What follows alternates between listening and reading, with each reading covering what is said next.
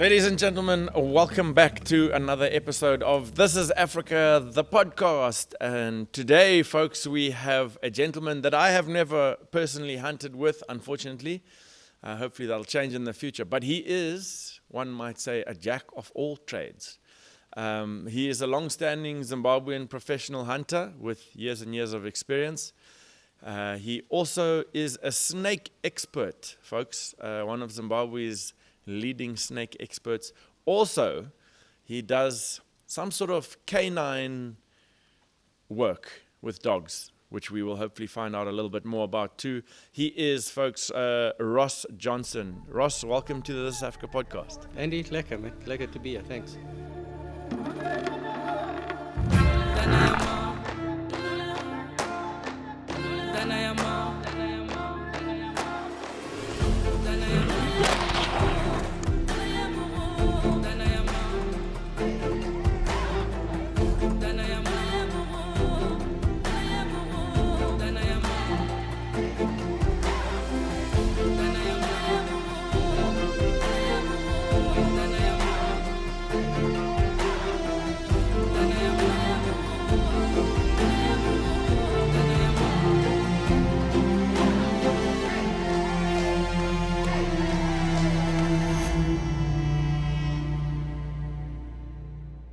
This is Africa podcast is brought to you by Swift Bullet Company.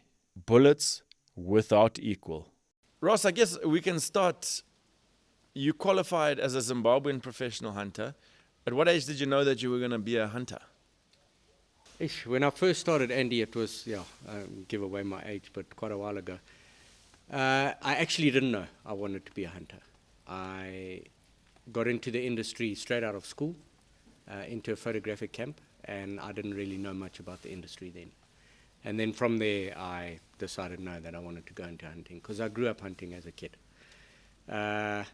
So I started in Vic Falls in the photographic industry, and then in the late 80s, I channeled myself into hunting.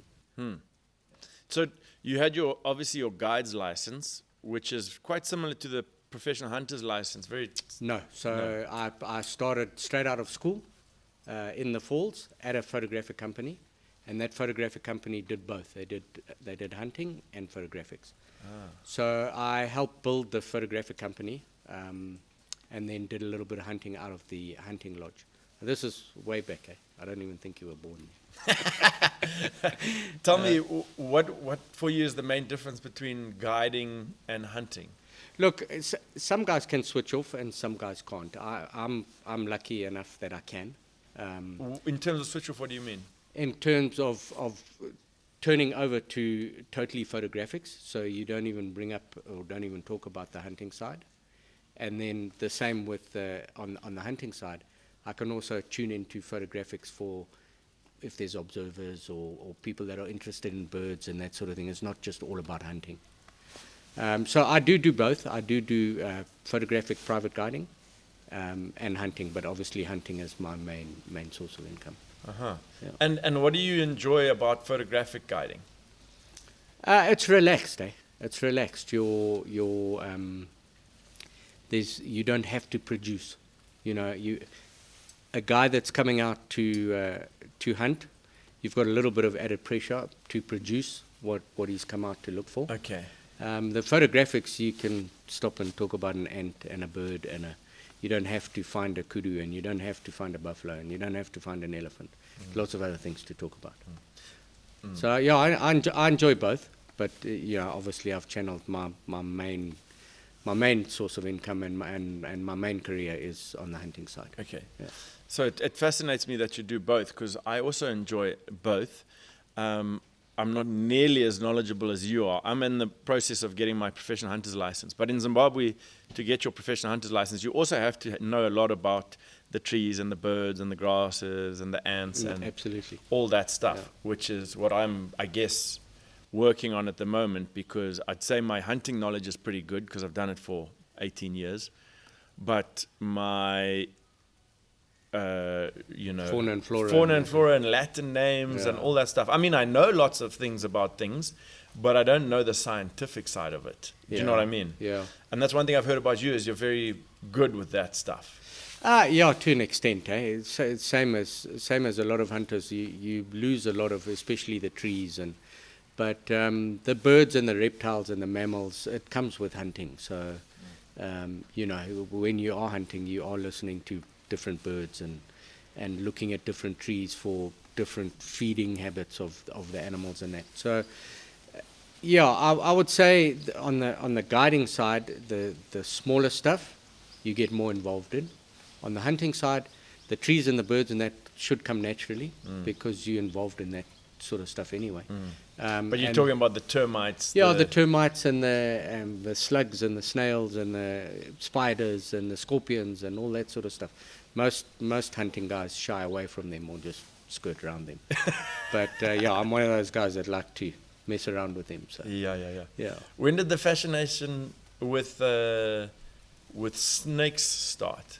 So on the snake side, when I was still at school, I did falconry, and with that came a lot of time out and walking around with the birds and hunting with birds, just from a kid.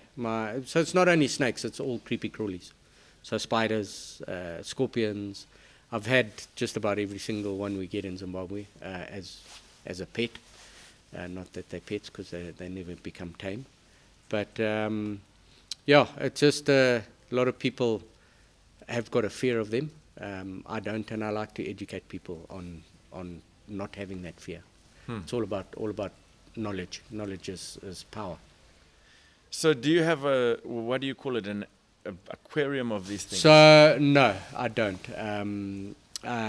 I used to have the largest snake collection, indigenous snake collection in Zimbabwe, and it was for public display. There's about 280 snakes. And so what did you have in there? All sorts, black mambas, green mambas, boomslangs, vine snakes, gaboon vipers, just everything. Lots of cobras, forest cobras, lots of the nasties. Okay. But with me hunting and being away from home quite a bit, it was up to my wife to look after them, and thankfully she did for a while, and then decided no, that's enough was enough. A couple of them got quite aggressive, and especially when it came time to feeding. So they would boil out the cage and. Really? Yeah. Oh wow! What a wife, hey? Yeah. No, she can handle herself, so. Wow. Which is a good thing. I don't know many women that be feeding some snakes. No, and we had I had a big female black mamba that I got as a hatchling, and she died when she was 16 years old, and she died from a cyst on her heart that burst. So she drowned, but I wasn't in town, and my wife took her out of. It was a big walk-in cage. So this mamba was 4 meters 80. Wow. So not a small snake. What's that in feet, Ross? Just under 15 foot. That's a big mamba. No, she was huge. Wow. So took her out of the cage, took her home, put her on an electric blanket in the spare room, because when a snake's sick, the best thing to do is raise its body temperature. So she did this all by herself and tried to save her, but unfortunately she passed away. Was this snake friendly? Friendly, yes. Not bite you? No. If you pissed her off, she would bite you. But I mean, how on earth did your wife take her out of the cage? You got tools of the trade, tongs, and she was a very chilled black mamba. People have got the wrong impression of black mambas. They're not an aggressive snake. So she took her out with the tongs. You just stay away from the sharp end, and unfortunately she did pass away. But anyway. So was she like cage raised from a young? From a baby. Wow! So she was very familiar with you guys. Yes, and familiar to feeding habits, and the way you act and clean, and she was all familiar with all of that. If she was on the ground, so she had a huge cage, a walk-in cage. So you could go in her cage and clean and whatever, no problem. No problem. You just tap her and she would go up into the tree, and then clean, and she would just sit up in the tree. And then when you fed, I fed dead, so dead rats. You could call her down from the tree, and then she would take it out of your hand. Out of your hand? Yeah, no, she was a very cool snake. When she took, this is fascinating. When she took a rat out of your hand, would she strike it as in No, like? not at all, not at all. She would put pressure. So obviously you were holding the rat by the tail. She would put pressure against its head, and then you just released your hand a little bit, and then she would start swallowing straight away. So she knew it was dead, and she knew it was edible, and she would just come up and feed softly, like a very passive dog.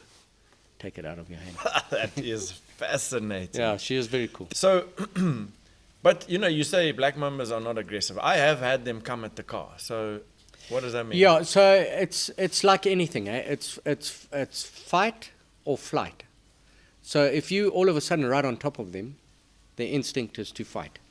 On anything, it can be a spider, it can be an elephant, it can. Yeah, I mean, you walk up the backside of an elephant. It's not just going to immediately run away. It's going to spin around to see what's there.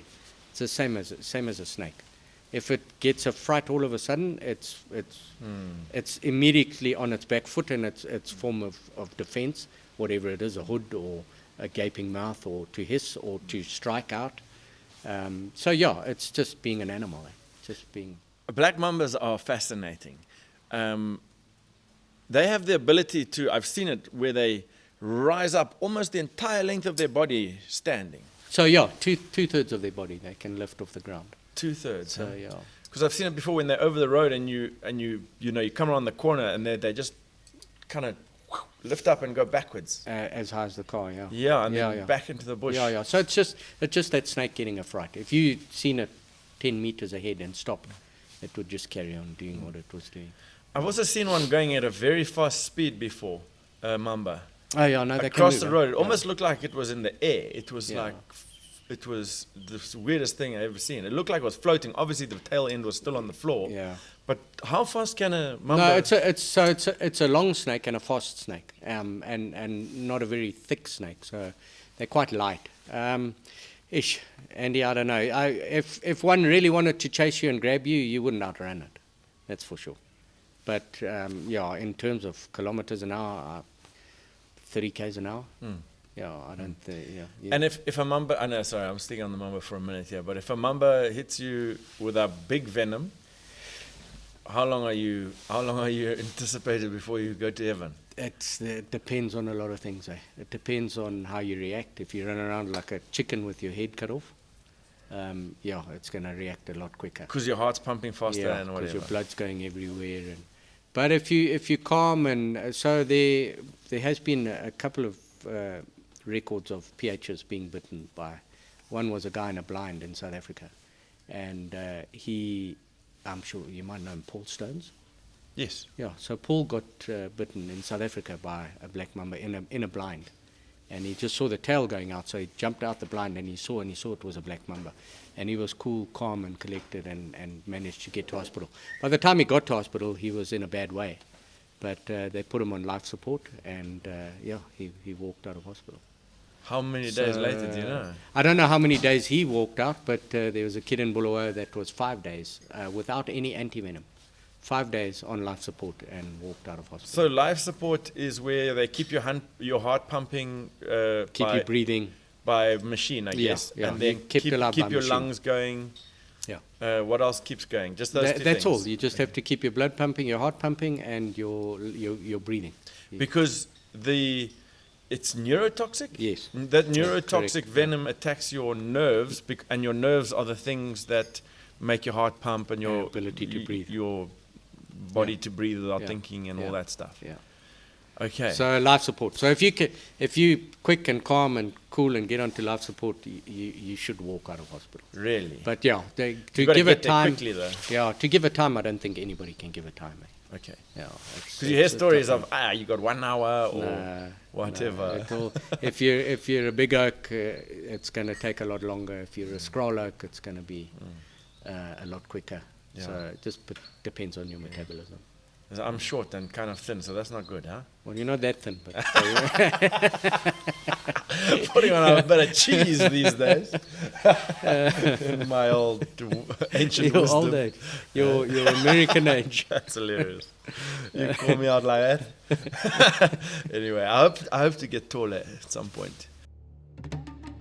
Folks, Jim Green boots are built to be tough, comfortable, and dependable whilst offering you fantastic value for your money.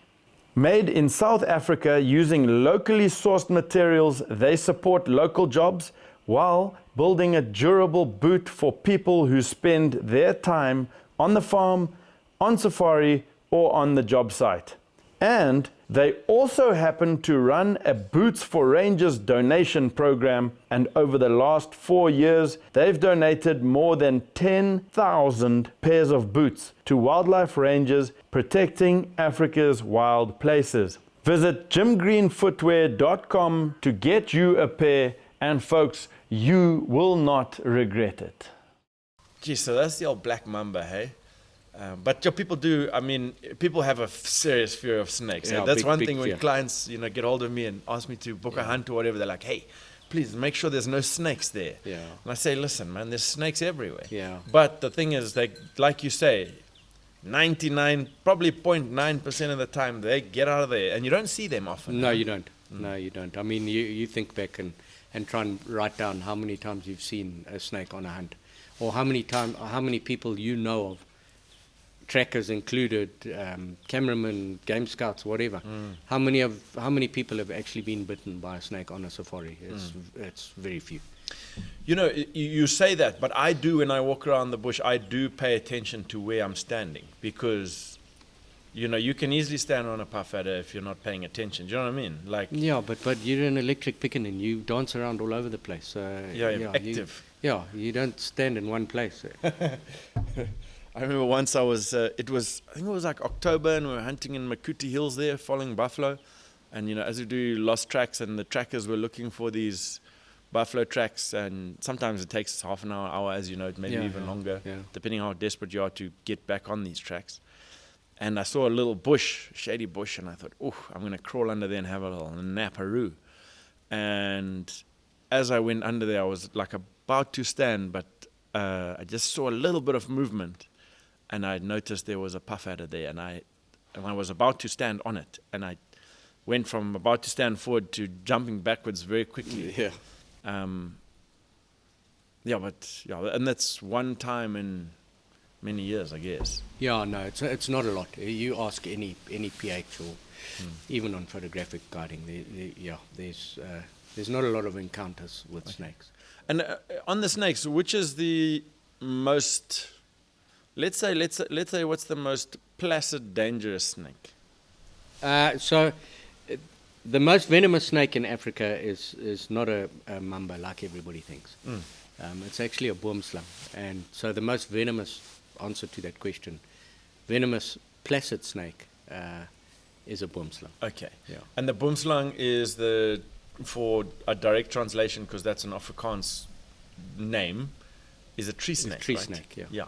Yeah. Got big old eye. So it's Back arboreal, fanged. so you very, very seldom see them. Yeah, and the fangs at the back, right? Yeah. Okay. And again, that's a whole nother story, because it's not actually a fang. It's a tooth. Okay, but it gives venom. Yes, it does, but it can't inject. Most snakes can inject venom. A boomslang can't. What does it do? It's got to drip into a wound. So if you sit there long enough while it's chewing on your finger, then you deserve to get a bit of venom in you. Oh, really? Yeah. I didn't know that. Yeah, it can't inject. It can't inject. Are you happy to catch a boomslang? Yeah, no problem. No problem. Yeah, no, they're very chilled snakes. Very, very chilled snakes. Have you ever been bitten by one? No, I haven't. Okay. By snake I have, but not by boomslang. How long does it have to chew on your finger before some venom leaks in there? Well, people say that they need a small piece of your body to, so a finger or a thumb or whatever. They've got very, very large mouths, Okay. And they don't just have one fang, which is actually a tooth. They have several, so it's like a dog bite. So if the snake's really stressed out, it's already going to be producing venom, and the venom's already going to be dripping down the tooth. On the tooth, yeah. That's what I was So thinking. it doesn't take long. Okay. I mean, it can glance across your finger And get cut you. your finger and get you. But drop for drop, It's extremely venomous. Tell me, if you're catching a boomslang, do you have a backup plan if he does decide to glance your finger? Buddy, yeah, any snake in Africa, in this part of Africa, there's no backup plan. So yeah, don't stay away from the sharp end, and think that you know what you're doing. Yeah. There's not much of a backup plan. So I've got a black friend in Harare. His name's Chawa, Yes. and he is, in my opinion, fairly crazy. Very crazy. Have you seen how he catches Yeah. snakes with his hands and Yeah. mambas? Yeah. And I mean, he's obviously got a very good reflex and understanding of snakes and whatever, because he hasn't. Well, he's been. I was with him when he got bitten by a python and it wrapped up on him, and I had to put the camera down and start help trying to him, yeah. unravel the snake. And he just told. I said, "Hey, can we cut off its head or what?" You know? And he said, "No, just make it straight. You know, straighten Just it out." unwind it. So, and that made it let go. But I do get the heebie-jeebies watching his videos because... Yeah, look, he's young and he's quick. He's not going to be doing that for long. Okay. He knows which end to stay away from. Yeah. And his reflexes are very fast. So. Yeah. Yeah, he's good and he does a lot of good. He catches a lot and he releases a lot. No, so. he's phenomenal. For anyone who's listening, his name is Chawa, and you can find him at Chawa's Wild Adventures. He's on YouTube and Facebook and Instagram and everything. But he's quite the character, old Chawa. Yeah. And then in terms of what's the most dangerous snake in Africa, would you say?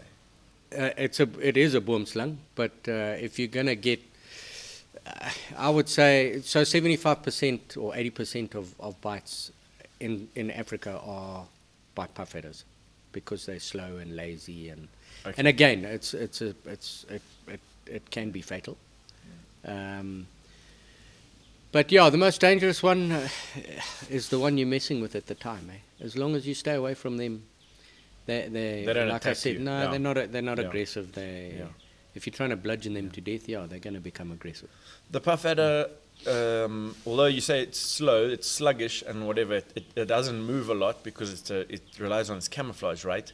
But it is one of the fastest striking No, snakes, it's right? Yeah, between that and a gaboon viper. So fat, lazy snakes are very fast striking. Because they can't chase their prey, No, they don't want to chase it. Yeah, they have to lay an ambush and then strike fast. yeah, Okay, Yeah. that makes sense. yeah. So yeah, I would maybe a cobra, if I had to choose one, Okay. would be if it bites you, it's gonna be fatal. Oh, really? Why Yeah. so? Well, the antivenom is not readily available. The people panic a lot, and people can't get to a facility that's got antivenom quick enough.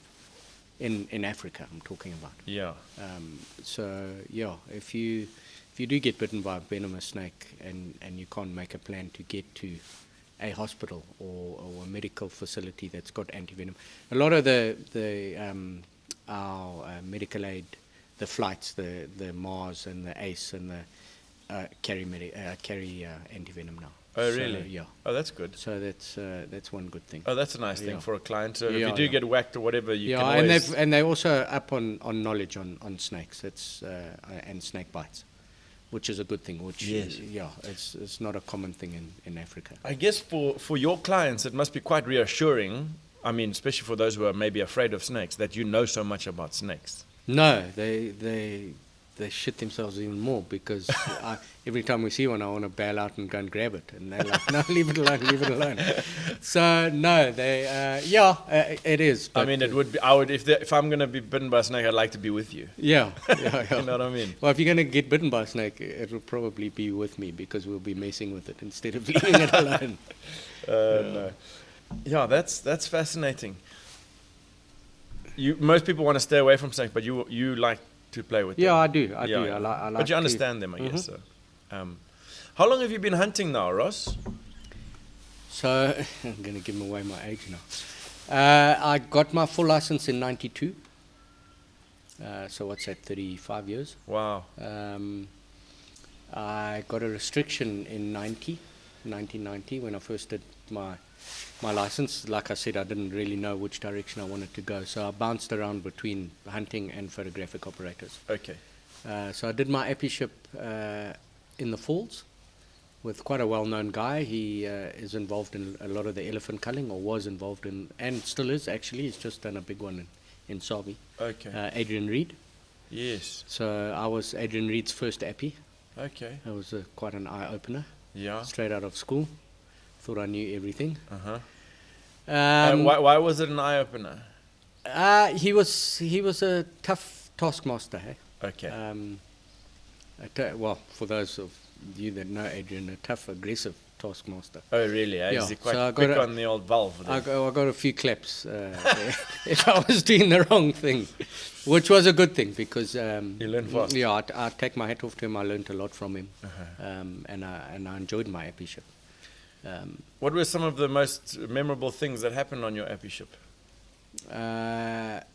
I stole his canoes and went fishing when I was supposed to be working. Oh, yeah. And he pitched up in camp. That didn't go down so well. Being the aggressive guy he is.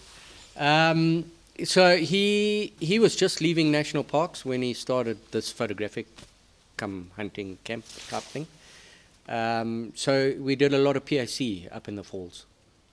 Problem animal control. Yeah, straight out of school, straight into the first time I landed in the Falls, I was there like, I don't know, 2 hours, and he said, come, we're going to shoot a crocodile. So we went to go and shoot a crocodile that was giving some villagers some problems. Did he let you shoot it? No, he shot it. No, I was very green, Very, Okay. very green. Okay. I mean, I'd grown up hunting, Yes. but I knew very little about rifles and very little about And the dangerous shot game. placement Yeah. and all that sort of thing. So, no, I was extremely green. What was your first PAC animal as an appy? Can you It remember? was actually an elephant that stood on a landmine. So when I started in the Falls, there were still landmines. From the war days? From the war days, yeah. From the Rhodesian Bush So, War? yeah. So, So- all so- along the Zambezi River, there was like a buffer zone. Close to Vic Falls? Yes. Wow. So going into the Vic Falls National Park, Hmm? there was about a K from the river, and then like 4 Ks in, there was a landmine zone there. Like a strip of landmines? Yeah. So the Who laid those mines? the Rhodesian Army. Okay. Yeah. To stop I guess they were freedom fighters from one side, terrorists from the other side? Yeah. Who knows? Yeah. From coming in from there or whatever? Yeah, country security, whatever they deemed they needed to put them there for. Okay. But they, with the rains and the shifting of the sands and all that, a lot of those mines moved, so they didn't know actually where they. What would they like get carried down into a river and float down? Yeah, and on the sand dunes, move on the sand dunes, and then trees grew and pushed them out a little bit, and then elephants would go and stand under the trees And boom. and boom, yeah. So it was quite sad because they were AP mines, anti-personnel mines. So they didn't kill the elephant. They just blew his foot off. How you found? You heard what? Well, because in those days Vic Falls was really small, really small. I think there were like maybe 50 operators, come PHs, come guides, come rafting guides living in that town. I mean, it's exploded now. But yeah, there was very few people living in there, and because of the safari camp that I was working with, and Adrian being involved in national parks, he was big mates and also dealing with the warden of Vic Falls. So the warden gave me a call and said, come, there's an elephant that stood on a landmine, come and shoot your first elephant. So, I know this is terrible and gruesome, but how did the elephant, what was his state? Outside physically, you couldn't see anything wrong with him. All his feet were there, but his one front foot was just like a sock, like an empty sock. The inside had been blown out, the pad, the fatty pad, the spongy pad, that was all missing. And an elephant on 3 legs can't really walk very far. So he was limping around. So while he had been in a small area, 20-meter area for 2 days. So, oh, shame. Man. yeah, and scouts on patrol found him and then called it in. And Okay. then we went. Was it a big bull or? It was a young bull. Okay. Yeah, young bull. Okay. Yeah. And But there were a few of those. Was that? I mean, what you must have been highly excited about this, right? Extremely. I mean, it was pretty much the first big game animal, bar kudu, that I'd ever shot. Yeah, So and you walked up to him? Or walked what? up, I was told to shoot it in the ear, which I did, with a 375. In the hole? In the hole. Well, it wasn't going anywhere, and it wasn't going to run anywhere either. Yeah. So yeah, we got pretty close, and they'd explained to me the ear hole, and I was using Adrian's 375. Yeah, put it in the ear hole, and he just crumpled it. One time. I Your was a first hero. shot was the brain shot of an elephant. Yeah, I looked at myself and said, all the game scouts and said, "Hey, did you guys see that? Did you actually see that?" You see what I did there? Yeah. So that was it was pretty cool and Yeah. nice to put something out of its misery. That Whilst we're on that subject, with an elephant side brain, what do you tell your clients? Because I've heard many a different, some have got some complication theories. Yeah, look, obviously each PH has got a different way of explaining it to their clients, and I think you're right. I think a lot of explaining gets a bit too much for the client. You know, when you start trying to do the broomstick and the three hands and the zygomatic arch, and I think clients get a bit confused, especially if it's their first elephant. Yes. So I'd explain to them the shape of the ear hole is like a teardrop, and the bottom of the teardrop is where the ear hole is. So, you know, a lot of the shape of an ear hole is pretty much like a teardrop. So there's nothing up at the top here. That's all just part of the ear. Yeah, it's just for catching sound and whatever. I mean, guess. you know, the actual ear hole is right at the bottom of that teardrop. Yes, yeah. So I explained to them the bottom of the teardrop and four fingers forward. Yeah, a couple inches. Yeah, 4 fingers forward, bottom of the teardrop, you'll be fine. You know, obviously it depends on the angle. I might tell them, right, you need to come back a bit more towards the ear hole. So would you say, if you're in doubt, just go into the bottom of that teardrop? Yes, 100%. If in doubt. 100%. Yeah, That's definitely you're gonna going rock into it. you're going into the back of the brain. If you go too far back, you might clip the spine going through if you've got enough penetration, which is going to knock it over anyway. Yeah. And you're not really going to go too far forward, because if you go too far forward, you're going to be a foot off. Yeah. So somebody be better get ready to shoot again. Yes. And it also depends on you know, the distance you are and what's happening around you, how many other elephants there are, Yeah. what the terrain's like, and Yeah. That frontal shot on an elephant is the trickier one, it's isn't it? tough. Yeah, it's tough. Yeah. So it was interesting. I spoke to a gentleman, and he was telling me that he doesn't think about where he's aiming on the elephant. He just guesstimates where he thinks he should shoot. On a frontal brain. Yeah, he says never missed yet. Yeah. You know, he says he doesn't really think about. He said obviously he's taking into consideration the angle and whatever, and the Yeah. tilt of the head and Yeah. whatever. But he said it's a guesstimation for him. Yeah, Which you is- know, I think that's probably a good way to go about it, because if you try and overthink it and think, well, its head is, you know, 5 inches higher than it was last time, and I need to go 5 inches lower and whatever. Geez, Andy, I challenge anybody that has had to shoot an animal in self-defense to actually say that they looked at their backside and their front side and pulled the trigger. I mean, I've shot a few animals that have charged, and I don't remember aiming. You know, it's almost like snap shooting. So that guy, yes, he's probably just up and Watcher. watcher, and he's getting it right, which is probably a good thing, I think. Yeah. Otherwise, you overthink it. and No, then- for sure. Yeah, and then you go too high or you go too low. Yeah. Folks, the Dallas Safari Club is one of the greatest organizations when it comes to supporting us in Africa and wildlife conservation. So if you're on the fence about joining, please do head over to biggame.org and become a member of this organization, because it helps, folks. Your money goes straight towards Africa and helping us preserve these wild places. Also, come over to the Dallas Safari Club conventions. There's one in July and one in January. They are very, very cool, very friendly places to be. So folks, head over to biggame.org and get yourself set up as part of the Dallas Safari Club. Now back to the episode. What would you say with a client that says, I do not want you to shoot my elephant whatsoever? What is your theory on that? So if he wants to do a heart lung, no problem. I'll tell him that's fine, no problem. If he wants to do a brain shot and he doesn't want me to shoot, then I will say to him, well, if it doesn't go down and you don't put more shots into it, then you're going to lose it. So the choice is yours. If you pull the trigger, you're going to be paying. So if you want to go for a brain shot and you don't want to back up, that's fine. But if it doesn't go straight down, I suggest somebody backs it up.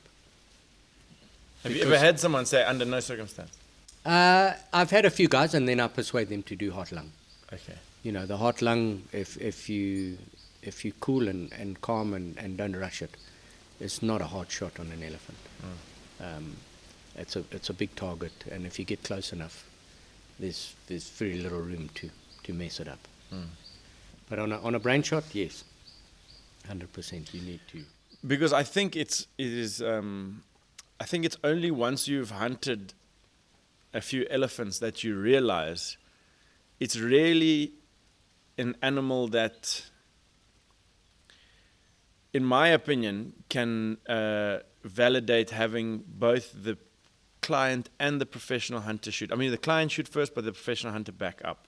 I think that is, in my opinion, it's one of the animals that is really a valid thing to do. Because it's so easy to lose an elephant, so easy. Absolutely. You know, and it's a hell of an expensive animal, Yeah. you know.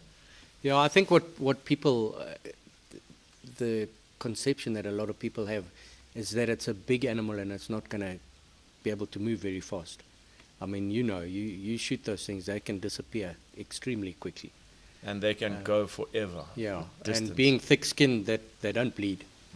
So And an elephant's track is hard to follow. Eh? very hard, yeah. Especially if there's lots of elephants. But yeah, if he starts just walking normally, yeah, it's tough to follow. And you're not gonna, an elephant just walking, you're not gonna catch him if you're fumbling around trying to find his track. And if he's just walking in a straight line, he's just putting kilometers between you and him. And if he's wounded, he's not going to start feeding and let you catch up. No, unless he's hurting. Unless he's hurting, he's going to go a long way. Yeah, you'll go a long way before you find him anyway. Yeah. I think I stand for most PHs, from what I have gathered, speaking to everybody, is that it's very wise for your PH to back you up on an elephant as a client. Because, hey. Yeah, like you say, it's an expensive animal. It can disappear very quickly. They don't bleed, so there's lots. Yeah, it can cross a boundary quickly.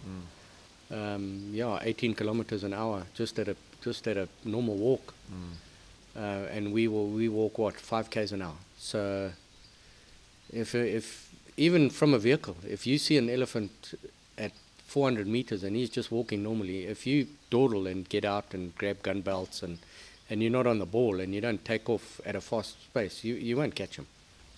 And I think, I know lots of PHs that have seen big elephant bulls and jumped out and dawdled and, no, we'll catch him feeding. And he's on a mission, he's just walking and you never see him again. Yeah. So, a backup. I'm one of those PHs that don't like to back up. So I'd rather the clients come all this way and if he's competent enough with a rifle and has hunted enough, I don't like to back up. I'll only back up if I'm asked. Even on buffalo, even if on the first shot, sometimes it's quite hard to see where the actual shot is. Oh, for sure. So if it runs off, I'd rather the client try and do the whole thing himself than back up. I very rarely shoot. I'll shoot if there's a problem. Over the years, how many elephants have you seen lost? Me personally, I've lost 4 odd. Really? Yeah. That's a sad day, right? It's a very sad day. yeah, and a couple of those have been to international boundaries. Hunting up around Vic Falls and that. The international boundaries are not far around Matetse and that. So yeah, they can cross a boundary very, very quickly once wounded, and then you're stuffed. So would you say in those areas it's more wise to put 2 bullets in instead of just one? Absolutely, yeah. And like I say, most clients that come now have got a plan, and if they're shooting an elephant, they've done their homework, and they're competent with a rifle, and they themselves will be able to get 1 or 2 more shots if you put them in the right position. If you tell them to try and bang one through really thick bush, and then try and back up with a second shot themselves, you know how fast they can move. So you won't get a second shot. No, he won't get a second shot. So yeah, sometimes it is wise to tell him, hey, look, I need to, or somebody needs to back up, somebody in the party. Doesn't need to be the PH, just somebody else with a rifle. Yeah, whether he's got a friend there or whatever. Yeah, for sure. For sure. Yeah. I think sometimes, we get a bit lost in, this is my opinion, hunting is such a team effort. Yeah, for sure. Someone might say, yes, I went to Africa and I hunted an elephant. But he came to Africa and hunted an elephant with a team. Yeah. Do you know what I mean? Yeah. I know, it involves a lot. Eh? Yeah. And a big part of it are the trackers. Oh, my goodness. Yeah. I mean, even us to a certain degree, right? Yeah. I mean, you've been hunting for how long? You're not as good at track as your trackers? No. And you rely on them a lot. Yeah. Obviously you there because a lot of trackers get overexcited and might see something that you don't really want to shoot, size-wise. And that's what you're there for.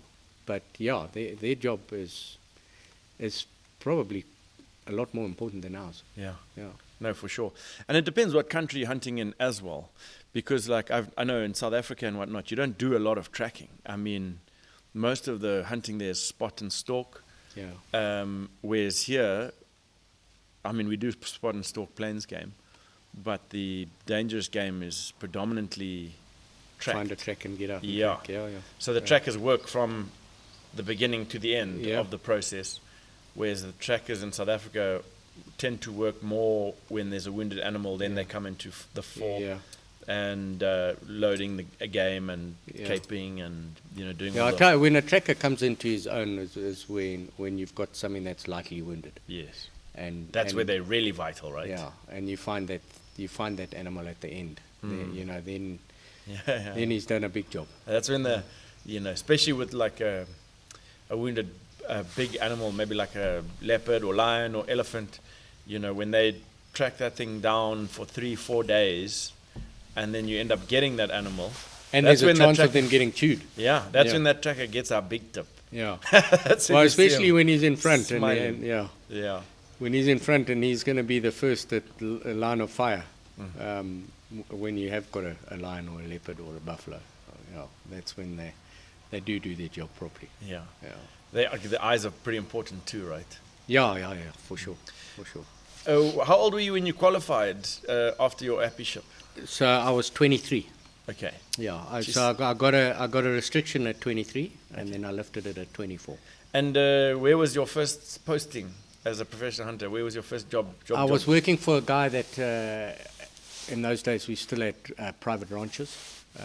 So I was working for a guy out at Turk Mine, a guy called Dave Bennett. It was mainly buffalo, leopard, plains game. And then I moved on from there to Bulembi safaris in those days. Bulembi. Why do I know that name? Which was Butch Walker. Okay, yeah. So hey, that name's been going for a long time. It's still in existence, actually. Yeah, no, for sure. So it was the Ome in, I would say, the heyday. Okay. I mean, the Ome is a great area now. But when I went into the Ome in 92, actually. That was even better then, I'm sure. It was unbelievable. I mean, it was paradise. Yeah. But it's exploded. Population have exploded, and villages have exploded. Like most places, right? Yeah. Once you had qualified, what was the first? Can you remember your first charge where it was like, whoa, here it comes. This is now real. So funny, my first charge was a leopard. In those days, you could shoot females, so it was a female. So it wasn't a giant cat. And it actually, I had two trackers tracking for me, two brothers, and it was in Matopus. A wounded cat. We tried to follow it that night, failed. So to start from when it was on the tree and what happened. Well, it was my first leopard ever. Hey? Okay, so you were in the blind yeah. with your client. Yeah, one client. And how are you feeling? Nervous but excited because, I had all the gear. In those days we had wired listeners. So, those old grenade warning listeners. Okay. So it's... I don't know them, but it sounds interesting. A grenade I've still got warning. it. I've still got it and I still use it. A grenade? How does this thing work? So these were listening devices that farmers used on their perimeter fences. And it was connected to a speaker. In the house? In the house. And it was turned on at night. And any noise out on the perimeter fences would echo in the house and would be like a forewarning. Okay. Yeah, I'll show you one. They're quite funky little things. Where do you get these things from? From farmers. Obviously when I first started hunting, there were a lot of farmers that were leaving and selling up and whatever. And then there were some electronics guys in Bulawayo that bought these things up and started making leopard listeners. So the receiving device is an old wireless, a proper old BBC wireless tune-in radio. Yeah. That you plug the aux port into. Okay. And then a wire down to the mic. How does the mic look? It's a silver, looks like two boxes of cigarettes that are offset. Okay. So the electronics are in the one side, and then the mic are in the other side. But it's one solid unit. And you put this on the branch? You put it on the branch or branch next to the branch? Or under the branch But, so coming back to that, I fired it all up, and because it's got a wire, it did pick up radio stations. So it would come and go. The radio waves would come and go. So you would get, and I'll never forget it. It was mainly a radio called the Voice of Africa. Okay. And every now and then you'd get a little bit of music and in the blind. In the blind, yeah.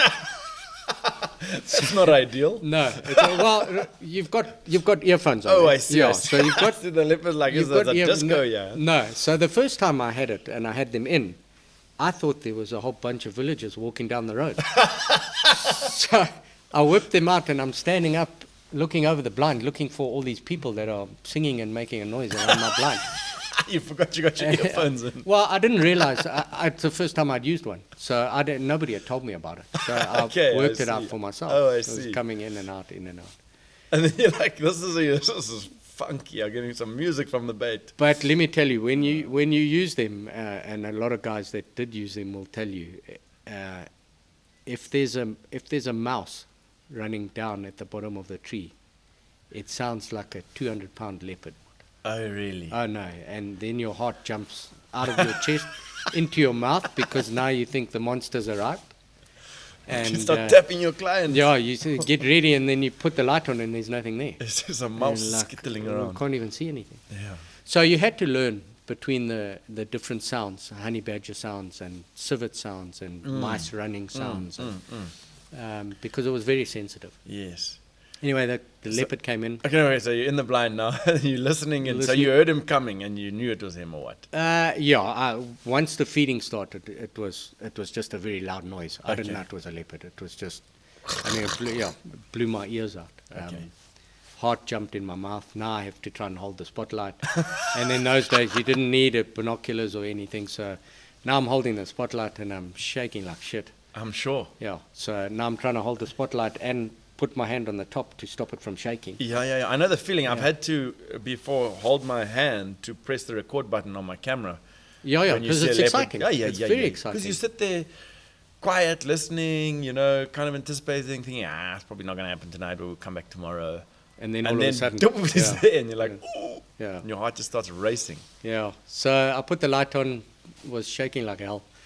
Had to hold the top of the light. The client's probably shaking like hell too, right? Well, obviously he was because he wounded it. So. Yeah. So she was up, and in those days, you were taught, hey, once the light comes on, you've got 5 seconds, and you better shoot, and you better Is that shoot. how? And- Is that what it was told? Eh? Yeah, that's how we learned in the old days. I'm When sure. you put a light on, the leopard's going to be gone. So, it's light on, and we didn't have to look at it. It was just shoot, and the guy shot and wounded it.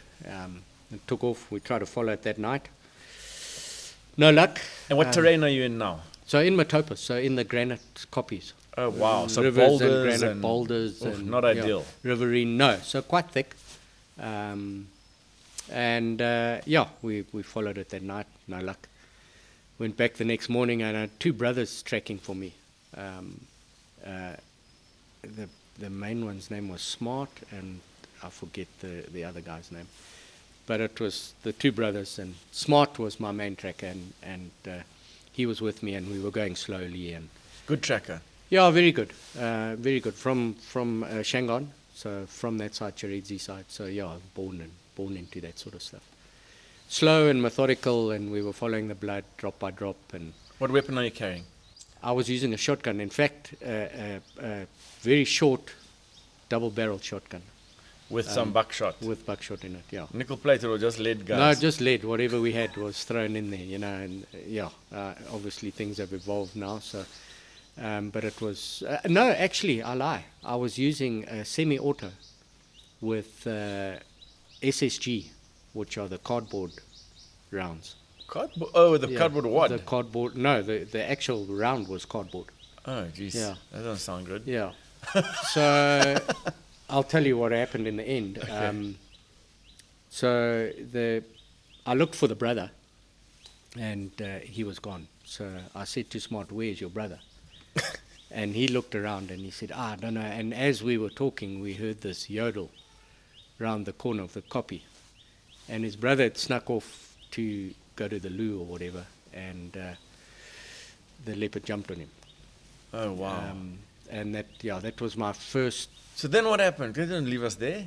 Well, we ran round there, and he was getting up off the ground, and his eyes were as big as saucers, and there was lots of dust, and it had kind of done a little bit of damage to his head, because it went straight over his head and did what it needed to do, and then carried on running. So he was getting up. There was How did his head look? not great. There was a few flaps and quite a lot of blood. Okay. And So you could see some skull there and whatnot. yeah, he was he wasn't in a good way. Put it like that. Okay. But all I was worried about was how big the leopard was.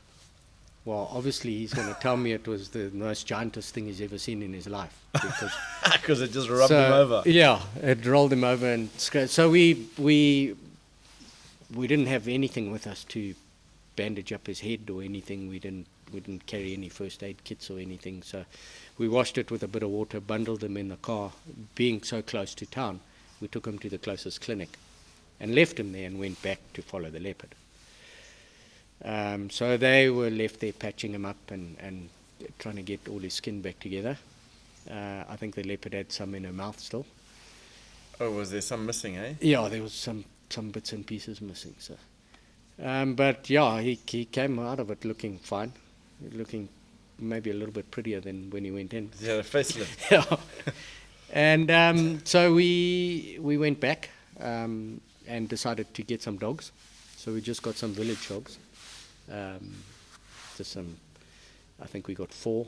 Mixed breed. Yeah, mixed, just to run around and Flush something. Yeah, they were running in front of us and Early warning system. hopefully. Yeah.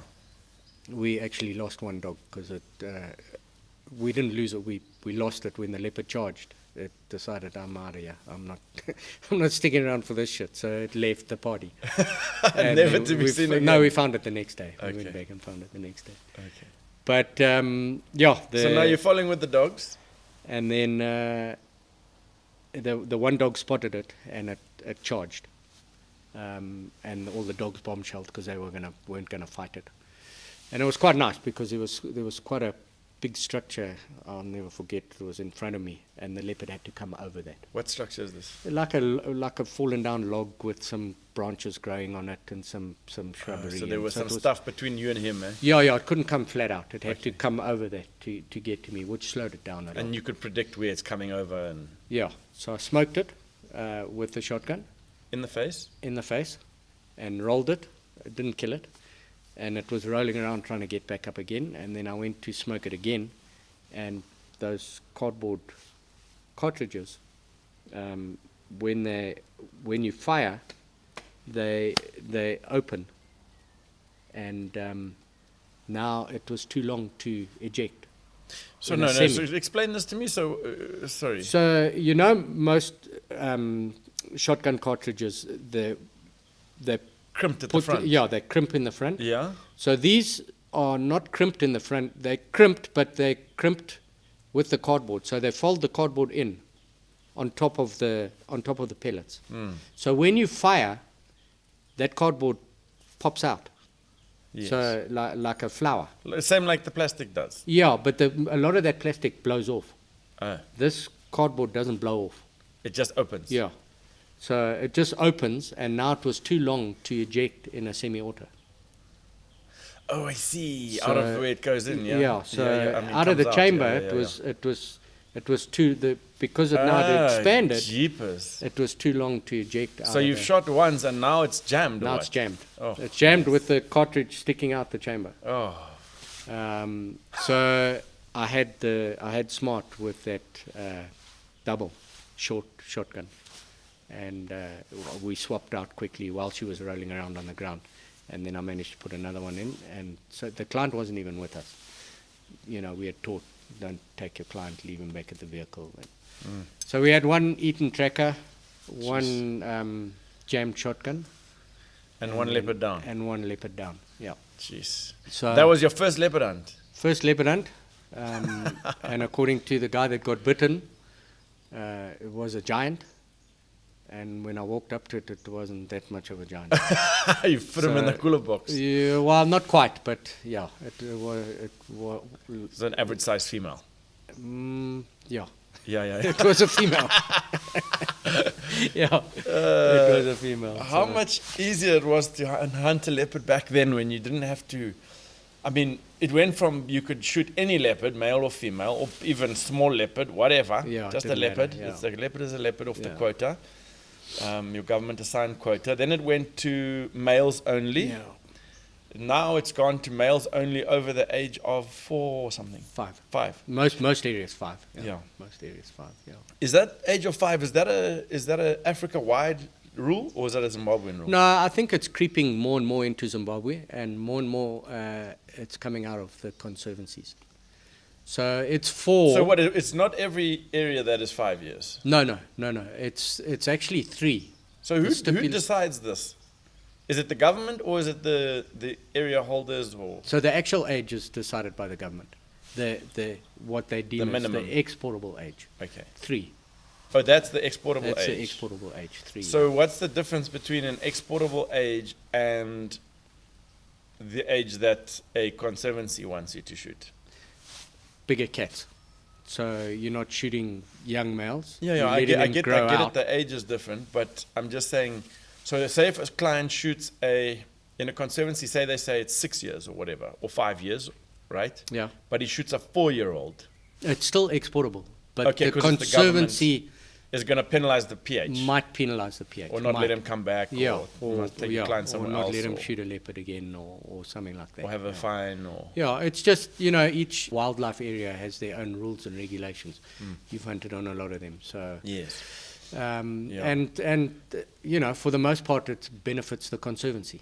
For sure, because you have a better population of leopard around. Yes, and known aged catch. They start getting database of known aged cats. You're not just shooting the first mature male That you think is 3 over, yeah. plus. You're letting them grow out a little bit, and you might have them on camera at 3, and then you've got them again on camera at 5, and then you've got them again on bait at 6 And you're identifying him by the pattern of by his the spots. pattern of the spots. Yeah. Okay. Yeah. So most Most PHs work together, I would say, for the most part, with the identity on spot identity, and share trail cam pictures, especially if you all hunt the same area. Say, hey, did you have this cat on bait last year? This is the spots that I identify. What do you think? And oh yeah, no, I had him last year and the year before. So he's So at least now 3. you already know he's at least 3. And then when you got him at first, he looked like he was 2. Yeah, So so you're he's guessing, probably okay, 5, he's probably 6. 5. Yeah, Okay. yeah. All So it has benefited a lot of us, this age restriction. I think. Yes, and I know as a concession holder, if you say you have 1 leopard on your quota for the year, if you wanted another one, you have to shoot an old leopard.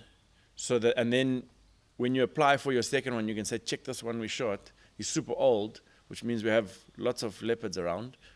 Should mean, right? In theory, it's supposed to work like that. In theory, yeah. I mean, you got a better chance of getting a second leopard on your quota Yes. if you Yeah, shoot yeah. an old leopard, right? Yeah, yeah.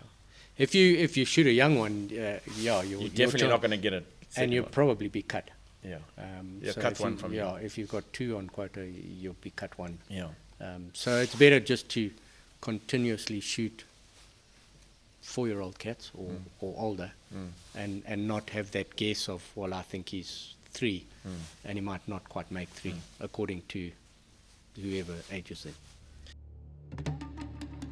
All right, folks, can I get a drum roll? Because here it is. This is the stock that you guys built. Every part of it came from your picks, and it turned out pretty dang good. Now, Boyd's is giving your build away. So if you want a shot at owning this exact build, head over to boydsgunstocks.com/thisisafrica and get signed up. And if you don't want to leave it up to chance, you can build one for yourself whilst you're there. Either way, go check it out, because you'll definitely want to see how this one turned out. Back to the episode. Isn't it magnificent how the shift of trophies is shifting from size to age? Yes, absolutely, and It's very cool, I enjoy isn't it. it? Yeah, Yeah. I think it's the best thing that's happened to hunting. 100%. Yeah, especially when it comes to things like buffalo and Hey, Daga boys. yeah. And I think a lot of that stems from Africans, because we are buffalo fanatics. I mean, you get Americans and English and Spanish, whatever, that are also buffalo fanatics. But I think the Africans, I mean the Germans to a certain extent too, were always more interested in the old gnarly Yeah, buffalo. yeah, yeah. And that's just kind of spread, right? Because Yeah, when yeah. your PH thinks that that's a cool buffalo, then you think it's a cool buffalo. Yeah, and it is a cool buffalo. It is a cool I mean, buffalo. you walk into a herd and shoot a soft boss Wide. 42-inch. I mean, yeah, it's not really a buffalo. I'd He hasn't- I'd be embarrassed to post those pictures. Hey? No, Ish. and it's amazing how many people do, which is, yeah, it's a bit sad for the hunting industry. Yeah. I but think a lot of that happens more, you know, like in SA or whatever, and they're just getting rid of buffalo that they have excess, and you know yeah, well, it's also totally different in SA. Hey, they have breeding programs. yeah, and, yeah, they've got the, but yeah, the rest of Africa, I think, are following those gnarly old, even one-horn Duggar boys, which is a great buffalo. I think, you know, in South Africa, their prices on buffalo vary according to size and age and all sorts of stuff like Yes, that, you yeah, know. yeah. So, you know, if a guy doesn't have as much money to go and hunt a old big buffalo or whatever, that's when they shoot those, you know, younger buffalo with bad genetics, but they get it for a good deal. Kind of thing, you know? Yeah. No, there's definitely there's a market for those. Yeah. And yeah, there's a lot of people that don't have the time, or like you say, or the money Yeah. to come and do a full-on wild buffalo hunt. Yes. Yeah, because it does take 10, 12 days, whatever. Yeah, and 15 days yeah, of and travel. fairly expensive. I mean, you think about it. Not compared to some American hunts. Cheaper guys will pay a lot of money for elk and deers. No. Or even eland hunts in Cameroon. Try and do one of those. Yeah, they're getting expensive, huh? Yeah. I've been lucky enough to go there a few times. Yes. So the first time I met you was in Uganda. Yes. Do you remember? Yeah, We yeah. were at that whatever it was, like hotel, I guess, small hotel. Was it not Bruce Martin's place? In Yes. Entebbe, in Entebbe. Yeah, in the city. Yeah. It was, I think it was Bruce Martin's I think we place, were going in and you were coming out. Yes, yeah. It was Bruce Martin's. What were you hunting in Uganda when I met you there? So we did a full bag. We did Kadepa, so we did the Nile buffalo up in Kadepa. Okay. Then we did Lake Mburu in the middle for Patterson's eland, East African impala, all the bushbuck and. That's and all then Kaka's place there. yeah, Old man yeah, Kaka, yeah. They're I very wonder if close. he's still around. I believe not. Oh, shit. Yeah, but and then we moved to Lake Albert, Bruce Martin's place, With a million cobs. and did cob and some duiker and some warthogs, and then we went to the Nile and did some fishing and Very nice. Murchison Falls. You must have So- enjoyed that one. Ah, huh? it was beautiful. Yeah. Yeah, it was a good experience, and Yeah. I've been back since then a couple of times. Nice place to visit. Yes. Yeah. Yeah. No, Uganda's nice. And it's not overly hard hunting, is it? No, not at all. Yeah. Not at all. You just got to put up with all the people. There's Yeah. lots of people there. A lot. Yeah, it's Yeah. incredible. Yeah. I remember, like, here in Zim, you can drive on the highway between towns or whatever, and there's lots of bush, and you jump out and take a pee or whatever, and there's no Yeah. one around. Yeah. There, to find a pee spot, No. tough. Even villages in Zim, you can drive between villages and not see anybody there. Oh, yeah. There's people everywhere. Mm. Yeah. a So lot I of people. believe that when I was there, what they were saying was there's a lot of warring countries around Uganda, Yes. and Uganda's the peaceful spot. Yes. So there's a lot of influx from all the neighbors coming to get away Getting from. away from conflict. Yes. Yeah. Yeah, no, that is one thing that struck me about that place is the amount of people and the amount of one of your budgies here. You got a fly, the fly coming to lay his nest on your head. So the leopard charge was your first leopard charge. Did you ever have a buffalo experience because a buffalo is a mean critter, isn't he? So yeah, Andy, I've had a few that have ended great, with us putting them down without any hassles. I've never had a client injured until last year. Oh no. Yeah. We were in the Savi on Guy's place. The And on Imani, and along the Turgui there, it's quite thick with Thick a lot of those riverine, yes. woolly capers and Yeah, no, it's gnarly in there. yeah. And we were walking, actually going to look at a waterbuck, Oh wow. and we had a look at the waterbuck, passed him up, and we're walking back to the vehicle. Well, he's just too young or whatever. Yeah, well, he was too small then. Okay. Yeah. We walked. I said, let's walk in the river back to the car. I mean, the car was literally 400 meters from us. I said, let's walk back in the river back to the car. And I was hunting with a father and son. And the dad said, nah, I'm not walking in the river. It's freaking 12 o'clock in the afternoon. It's boiling hot. And let's walk up here. And we did walk on a huge elephant path. Through those woolly capers but it was very open, very, very open. And he said, let's just walk back on the path that we walked. Oh, like in. we do all the time. Yeah. I mean, So we walked and we were actually all talking and laughing and maybe a mistake on my part, but I didn't have my rifle with me. My tracker had my rifle. I had the shooting sticks because we had just had a look at the waterbuck. so the trackers. Tracker was in front with the guy's son behind my tracker, then me, then the father, and then the game scout. And actually, the old man and I were laughing because the game scout was on his phone, Chatting or whatever. chatting to His wife or whatever. or a chick that he was organizing to come to the camp for that evening, and Yeah. he was laughing and giggling, and he was like 20 meters behind us. And we came out into a clearing. I could hear my driver and the other game scout talking in the vehicle. So you're right close to the So, I mean, vehicle. there's a lot of noise, and we had walked past that. This is. People always say the most dangerous one is the one you don't expect. Yeah. And who would have expected that? I mean, Yeah. There was a lot of noise. We had already walked past there. My car was parked right there. I mean, from where it happened, my car was literally not 100 meters. So we walked down the path and then into this little opening, and I just heard this grunt. And yeah, exactly that. But I actually thought it was a rhino. I thought it could have been Rocky.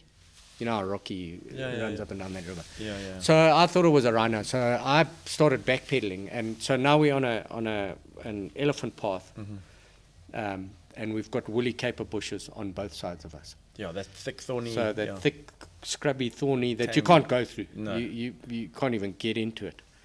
So my tracker and the client's son was in front. I saw my tracker go one way and the client's son go the other way, and the next minute on the path in front of us was this old digger boy.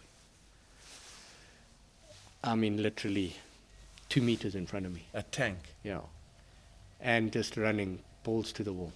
Really? Yeah. What, eyes lit up? Not even eyes lit up, just not even looking at us. He was just boiling Running. down the path.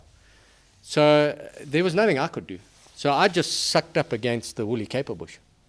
And he boiled right past me. How he didn't smoke me, I don't know.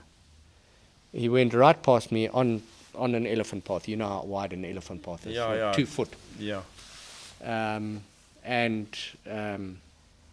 The dad was behind me, and I turned around, and the buffalo actually didn't hit him with its head or its horns. So we got lucky. How did it hit him? It stood on his foot, and he was obviously to the side a little bit. He was trying to get it, do what you were doing, I guess, move out the way. Yeah, but he was obviously not fast enough. Get the hell out of Dodge when the shit hits a fan. And it knocked him with its shoulder, and at the same time stood on his foot. So sent him flying through this woolly caper bush, and he landed on his back. Rifle went one way. He had a rifle, but yeah, obviously no time, because it was literally in the blink of an eye. So, and the buffalo just carried on running, straight down the path, carried on going. So it wasn't out to hurt people. It was out to get out. It wanted to get out of the way.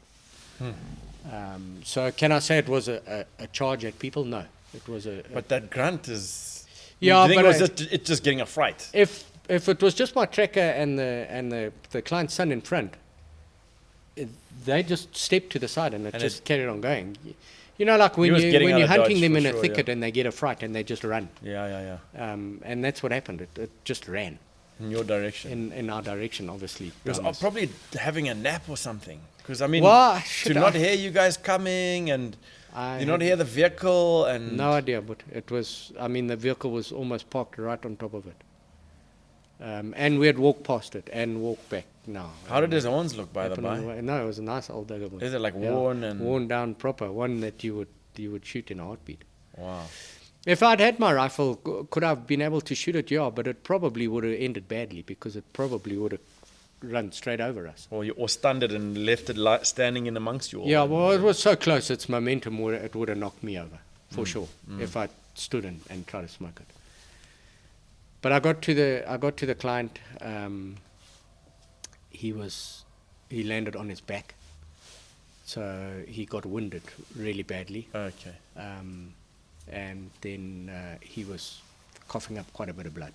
Oh, really? Eh? Yeah. Just from that impact from the buffalo. Yeah. Well, I got a fright, because I thought, obviously he's got Gorge trauma. somewhere. Yeah, in his abdomen or in his chest, whatever. And so I felt him very quickly, and there was very little. There was no blood actually on his shirt or on his pants. In between his legs, no blood. So, because it was on his back, I said to him, "Look, I need to roll you over so that stuff comes out your mouth." Which we did, and then it came out his mouth, which was great. Then he started breathing a little bit easier, and stopped coughing. That blood came from his lungs? No. So when he went through the bush, he had actually more damage from the thorn bush than the buffalo. Okay. A thorn bush cut his nose, so he had 3 noses. So it split his one nostril, from the bottom of his eye right to the end of his nostril. So it was flapped open. Yeah, like a flapper lock. It was open. Wow, was that from thorn, eh? Yeah, just from a thorn. Thorn caught him in here, and when he went through, it just ripped him. Wow. So we managed to stop the bleeding with some ice and some really cold water, and then bandaged it up. And then Roger Whittle came boiling through the undergrowth in Guy's car. So I think Guy was very pleased. Just started driving through trees, No, Roger bigger than doesn't- the vehicle. Roger doesn't think about his vehicle very much. So yeah, we bailed him into the car, which we didn't need to because my vehicle was right there. Roger rolled off with him, and I followed behind, and then drove him through to Chiredzi. Got his foot x-rayed, they sewed up his nose, spent the night in Chiredzi Hospital. Found out that there were mosquitoes bigger than crows in Chiredzi Hospital. Oh, nice. Yeah. So the son, myself, and the old man stayed in the hospital. The son and I, the only thing we had to eat was a beer that was in the back of my car. Okay. So we had a beer while the old man slept it off, Okay. and then had his foot x-rayed the next morning. He had 4 broken toes. Yeah. And we said, well, do you want to medevac out to Harare? Or he said, no, I want you to go back. We're going back to camp, and I want you and my son to go and find that buffalo and kill it. So we did go back, and we did track it, and we did bump it. We never got a shot at it because it was so thick. Yeah. But yeah, we Oh, good on them. followed him for and he Yeah, stayed the extra 4 days and then went home. Ah, nice, man. Yeah. So all things considered, it wasn't a bad It wasn't as bad as situation. it could have been. I mean, people do get killed by these animals. Yeah, but Um, it was bad. yeah. It was an eye opener for sure. No, for sure. Yeah. I know my brother Raymond was filming with Guy at some point when 2 buffalo bulls did the same thing with them Yeah. and knocked the clients right over, bowled them. So do you want to right hear a over. funny story? Yeah. The clients that your boat was with Yeah. that got run over are extremely, extremely good friends of my client They got run over. that got run over. In the same place? Yeah, same place, Same river. same river, That's 2 crazy. very good friends. A Really, year eh? apart, yeah. So they can sit and relate stories. Yeah, for sure. Hey? Yeah, funny story. It's so funny. Buffalo hunting is really exciting, but I don't think people realize how dangerous buffalo can be. No, yeah, people take them for granted. Even people that think they understand, I don't think they quite understand. Yeah, Until no. you've seen, those situations where that buffalo comes. When they come in the open, it's not that bad, And they come, yes, it's dangerous and whatever, but you've got a clear shot, you've got and time, yeah. you can, but when they come through the brush and you just hear rather than see, and just see bushes flying, and Yeah, last minute. that is when you're really like, whoa, Yeah. right? No, and they're clever things as well. Like people underestimate them. That old bull is not an old bull by being stupid. He's been around. He's been chased by everything. So, yeah, they're clever. And all you long time PHs and stuff, you always say, the most important thing is to be careful, Slow and careful. and that can't be more emphasized, can Yeah, it? No.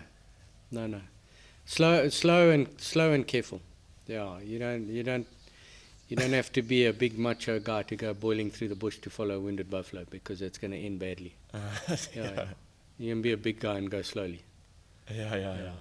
Yeah, that's the best. When your journey involves traveling internationally with firearms, there's no margin for error. That's where PWP Travel sets the standard. This is travel designed for those who demand precision, refined service, and a journey that runs flawlessly from start to finish. With PWP Travel, you stay focused on the hunt and they take care of everything in between. Visit pwptravel.com or email them info@pwptravel.com. Now back to the episode, folks. What weapon do you carry, Ross? Right now I've got a 458 lot. Okay.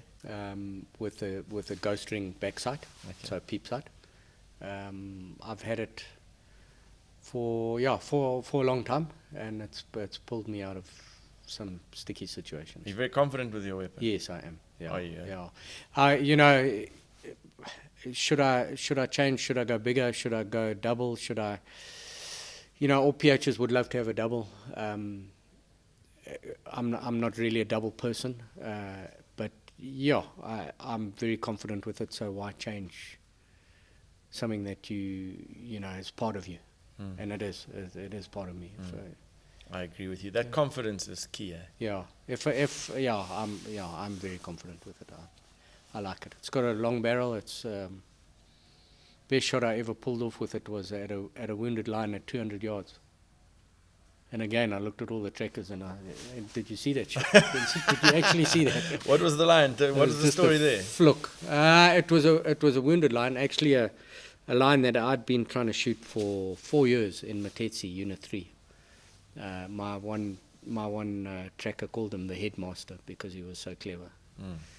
And eventually we got him, but wounded, and he was. How was he clever, Ross? Just never came at the right time. No matter what you did, walking. Because you had to shoot him in the daytime. Had to shoot daytime or half an hour after sunset. His lionesses would come.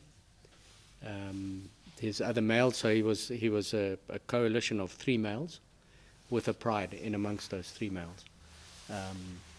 But yeah, he would feed alone on the trail camera.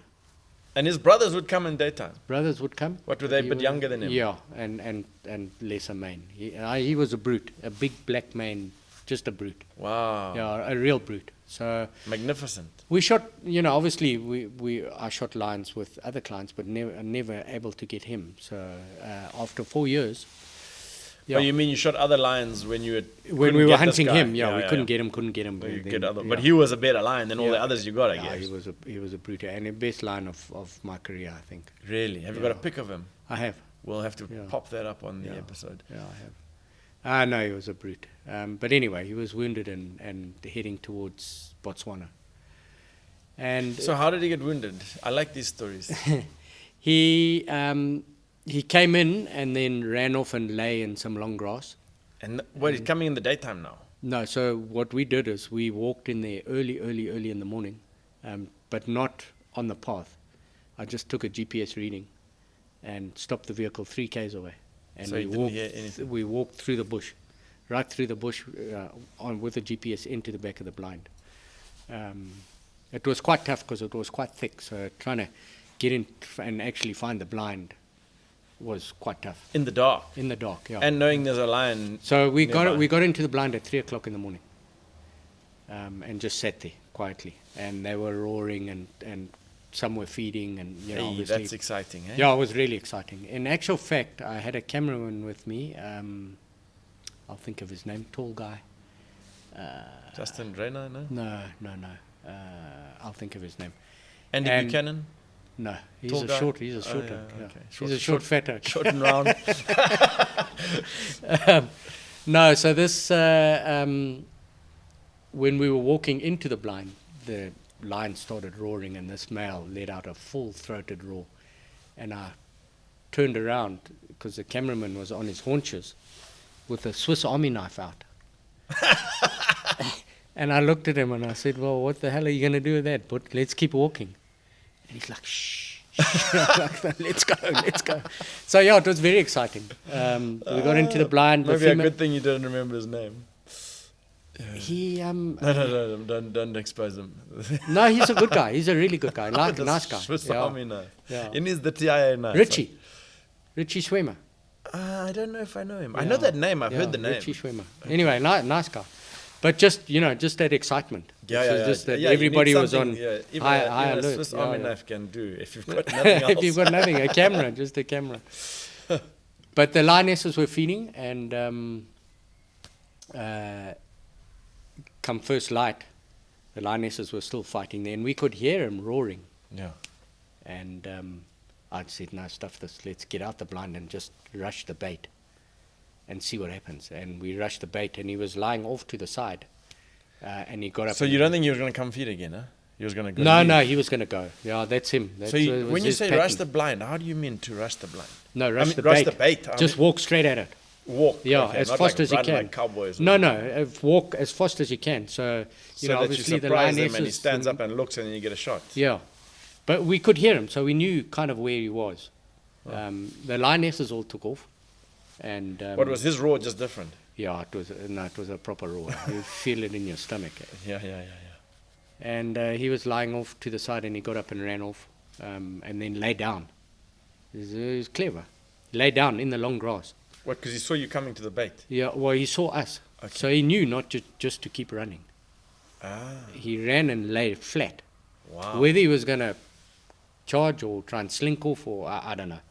Kind of like Ghost in the Darkness type. I'll tell you now why he was so clever. We found out in the end. But as he stood up, the client was on the sticks. As he stood up, he managed to get a shot at him, and obviously it was a quick snapshot, and shot him low in the front leg. And he took off. One leg? Yeah, one leg. Was it windmilling or not? No, it wasn't at all. No, it wasn't at all. He was running. It was broken, Okay. but it wasn't. Fluffy. He ran into another flay, and we managed to get onto some high ground, and he was growling in a bush, and we tried to throw stones, and then all the growling stopped. And bear in mind, this is Matetsia, so, and it was early in the year, so Long the grass was long. And the growling stopped, and then the next minute my tracker said, and he was going up a hill, and you could see him limping hard, going up a hill away from us towards the bot's boundary.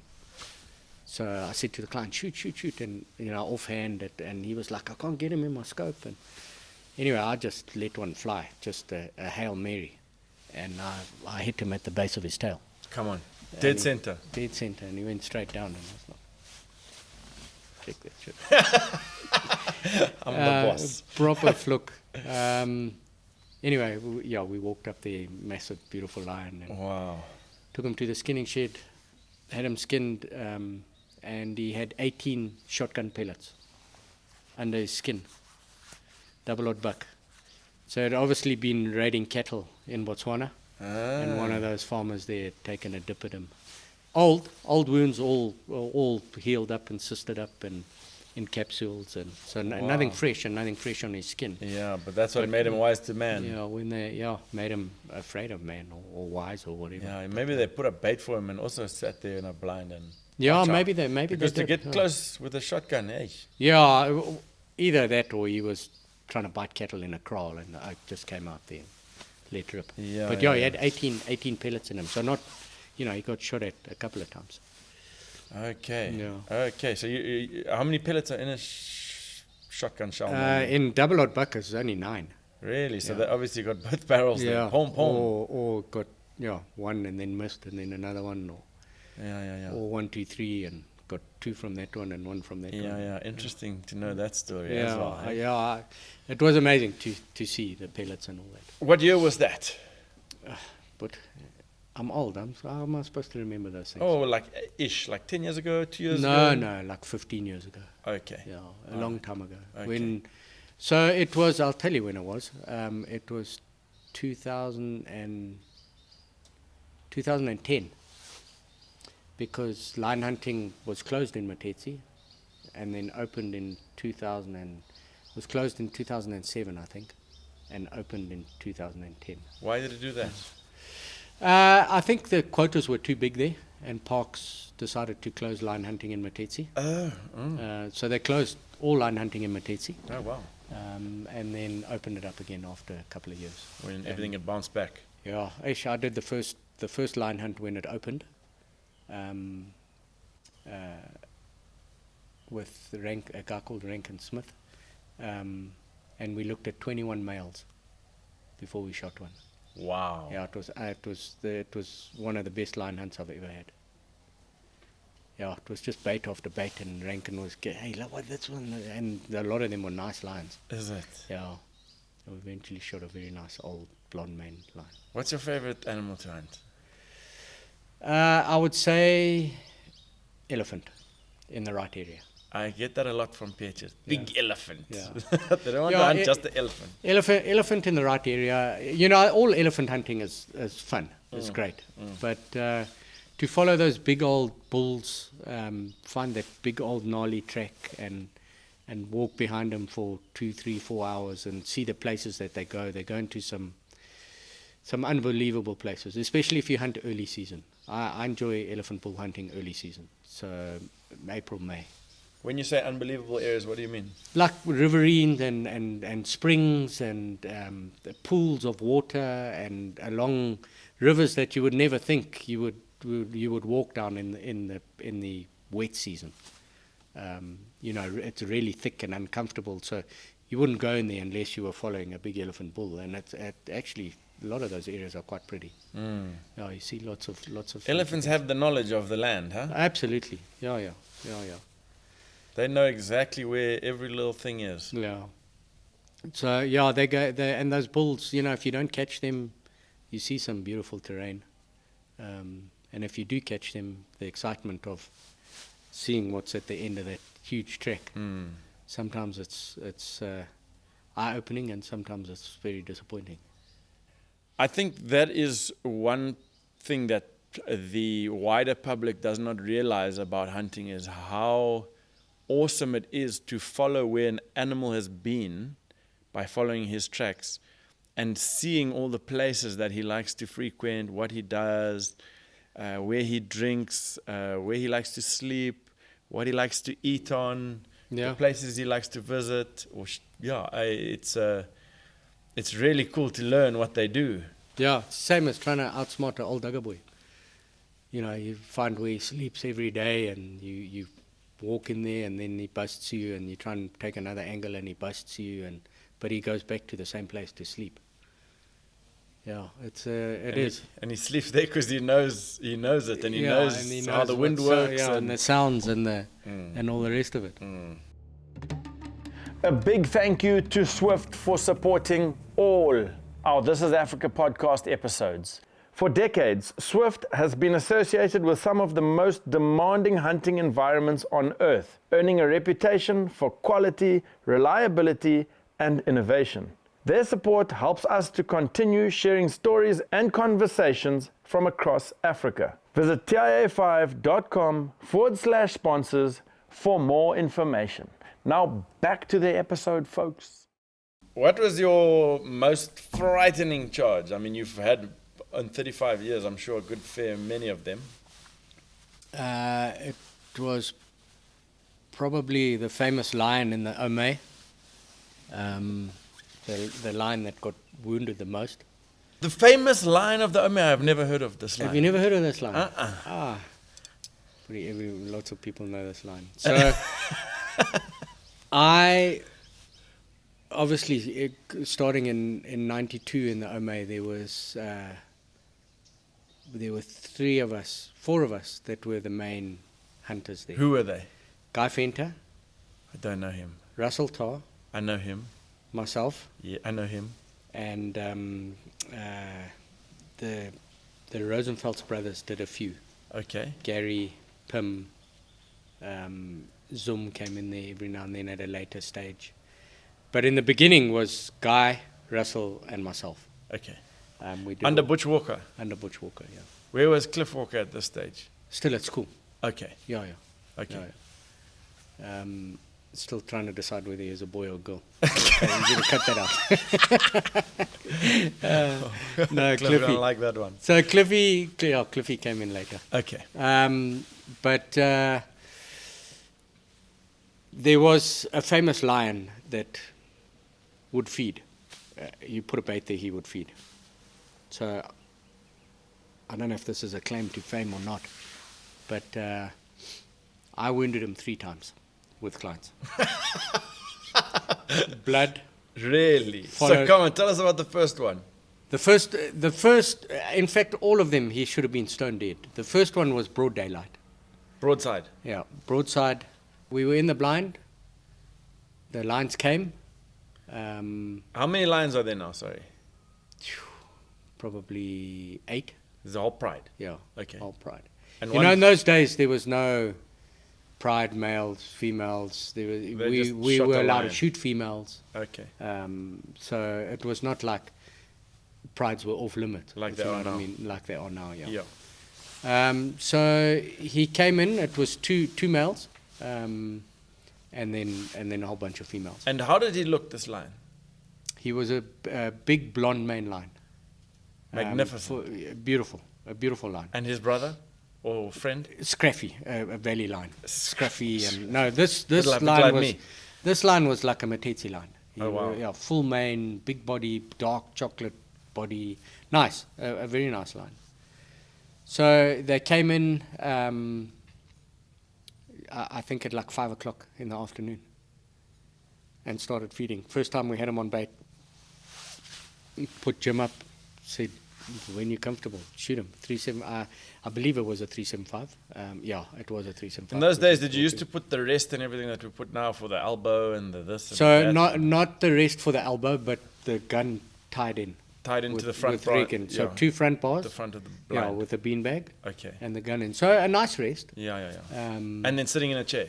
No, we actually, in those days, we used to sleep in the blind. So we had mattresses. And then stand So, up and shoot. Kneeling and off the double rest. So yeah, maybe in those days we should have put an elbow rest, because kneeling, but it was a chip shot. But Hey, you know, if you're like me, you need as much rest as possible. yeah. I think we've all evolved into Perfection. in blinds as much rests as possible. And Okay. And But, yeah, and he's shooting. Can you remember what weapon he had with him there? I can't remember the exact weapon. It was I Probably remember a it was a 375. 375, because his daughter shot a hippo with it. So, Okay. yeah. All right. And his daughter was only 16 years old. Okay. Yeah. The rounds he was using, I don't know, you know, in those days we didn't really care about rounds, and there wasn't as much knowledge on No, them. there wasn't as much knowledge or as much options, really. So the line came in, broadside. I said to Jim, when you're ready, and he took a shot, and it bounced up and growled and roared off, and we were happy days. And you know, in those days we all thought of high-fiving before we actually found the animal. So, nowadays we don't do that until we find it. And we walked out there, and there literally was hardly any blood. I promise you, there was hardly any blood. Can I say it came from a bullet wound? No, I can't. It was 5 drops where the line was standing. So whether it was a wound, or a wound on his pad, or whether it was from the bullet, you don't know, because after that there was no blood. There was no blood on the grass. So we left the bait, and there we could shoot at night. So he would come back, but the minute you put the light on, it was like a blink of an eye, and he would be gone. I know. Yeah, I've seen Yeah. that with another line. Yeah. Never came in daytime. So yeah, he was just in and out, and he was in and out like 6 times a night. So I think he started getting used to the light coming on, and as soon as it was on, go, put it on, go. Anyway, that was the first time. So he paid his He paid his trophy fee. paid his to trophy Butch. fee, and off he went, And off we went. on came the next lion hunter. Yeah. A year later or whatever. it was. Whatever, I can't even remember how long ago. So who was the second guy? Not that we need to know his name, but like what happened? The second guy, I actually can't remember his name. But same story. He came in and he kept running the light, and he said, "No, I can do it. I know that as soon as the light comes on, I'll shoot try him." him. Yeah. And I said, "Hey, it's going to be tough because he's quick." He said, "No, I can do it. I can do it." We were in a tree blind, actually. Hey, snap shooting a lion like No, that is not a it good. was, and you know what? In experience, I should have just said, "No, there's no way you can do that." Anyway, But it it's was- hard to tell someone no when they're saying yes. Yes. You know, No, especially when they're the client. for sure. And his money, and His he plan, was his very, hunt, he was a yeah, very yes. good shot as well. Yeah. So anyway, the light came on and the gun went off, and there was blood. Again, Again, small. No, quite a bit this time, and we've followed him quite a bit, and obviously lost blood, lost tracks. Never bumped him. Never bumped him, never saw him again. Had him on bait that whole safari, light on, gone, light on, gone. It was just, So it's not like, yeah. yeah, it was just, he got very clever, very, Wow. very clever. So then in between me trying to hunt him, everybody else was trying to hunt him. In fact, Cliff tried to hunt him. Same story, light on, gone. And nobody could get a shot at him. Then I had a client that I said, spend the extra money on a thermal scope, and we'll pump him, no problem. I said, he comes and he eats. And anyway, we sat, and this was the third client now. He came in actually just on dusk. Had anyone else wounded him by this chance? No. No, okay. No, All but right. everybody else had tried. But But light you'd at on, least wounded him light twice. on, light gone, light on, gone, light off, gone. Did they daytime. abuse you for having wounded him? The other I did PHs? get quite a lot of abuse. Quite a lot of abuse. Some guys still call me Shumba Johnston. Shumba Shumba Johnson, yeah. So Lion Johnson. from that line. Okay. But the third time was he came in just on dusk, and I could see him perfectly. I could have smoked him, no problem. And he was just standing there looking straight at the blind, off to the side of the bait. And I got tied up, and now we were standing with an armrest. What time of day is this? It's like 6 o'clock in the evening. So he's 6:15. coming in daytime, huh? So he's coming just on dusk. Yeah. I mean, I can see him with my binos. I can see him standing there looking straight at us. He knows where Perfectly, you are. yeah, he knew where we were. And I was trying to get, go behind Ty and get the gun pointed in the right direction. I said, he's just standing in the middle of the path, looking straight at us. Couldn't see him. Couldn't see him. So anyway, then he walked off. We lay back down. 7 o'clock that night, he came in again. To feed. Yeah, feeding lekker. Now I was trying to use a rheostat, trying to get a little bit cleverer than him. But I thought you had a thermal scope. No, I told him to bring a thermal scope, and he didn't bring it. Oh. Yeah. So if he had had a thermal scope, it would have been game over. So he didn't bring a thermal scope. Spend that extra $2,000 on a thermal scope, and then and he actually came with an agent, and I said to the agent, a very well-known agent, I said to him, tell him, please, bring a thermal scope, because this line, Guarantee you this big line. A chance at we it will anyway. shoot him. For sure we'll shoot him, because anyway, he came and started I hope shooting. he was using a pulsar. Well, He wasn't. He wasn't. He wasn't. Was No. He wasn't, was He wasn't. There you go. Damn it. If he had of it would have been dead. Yeah.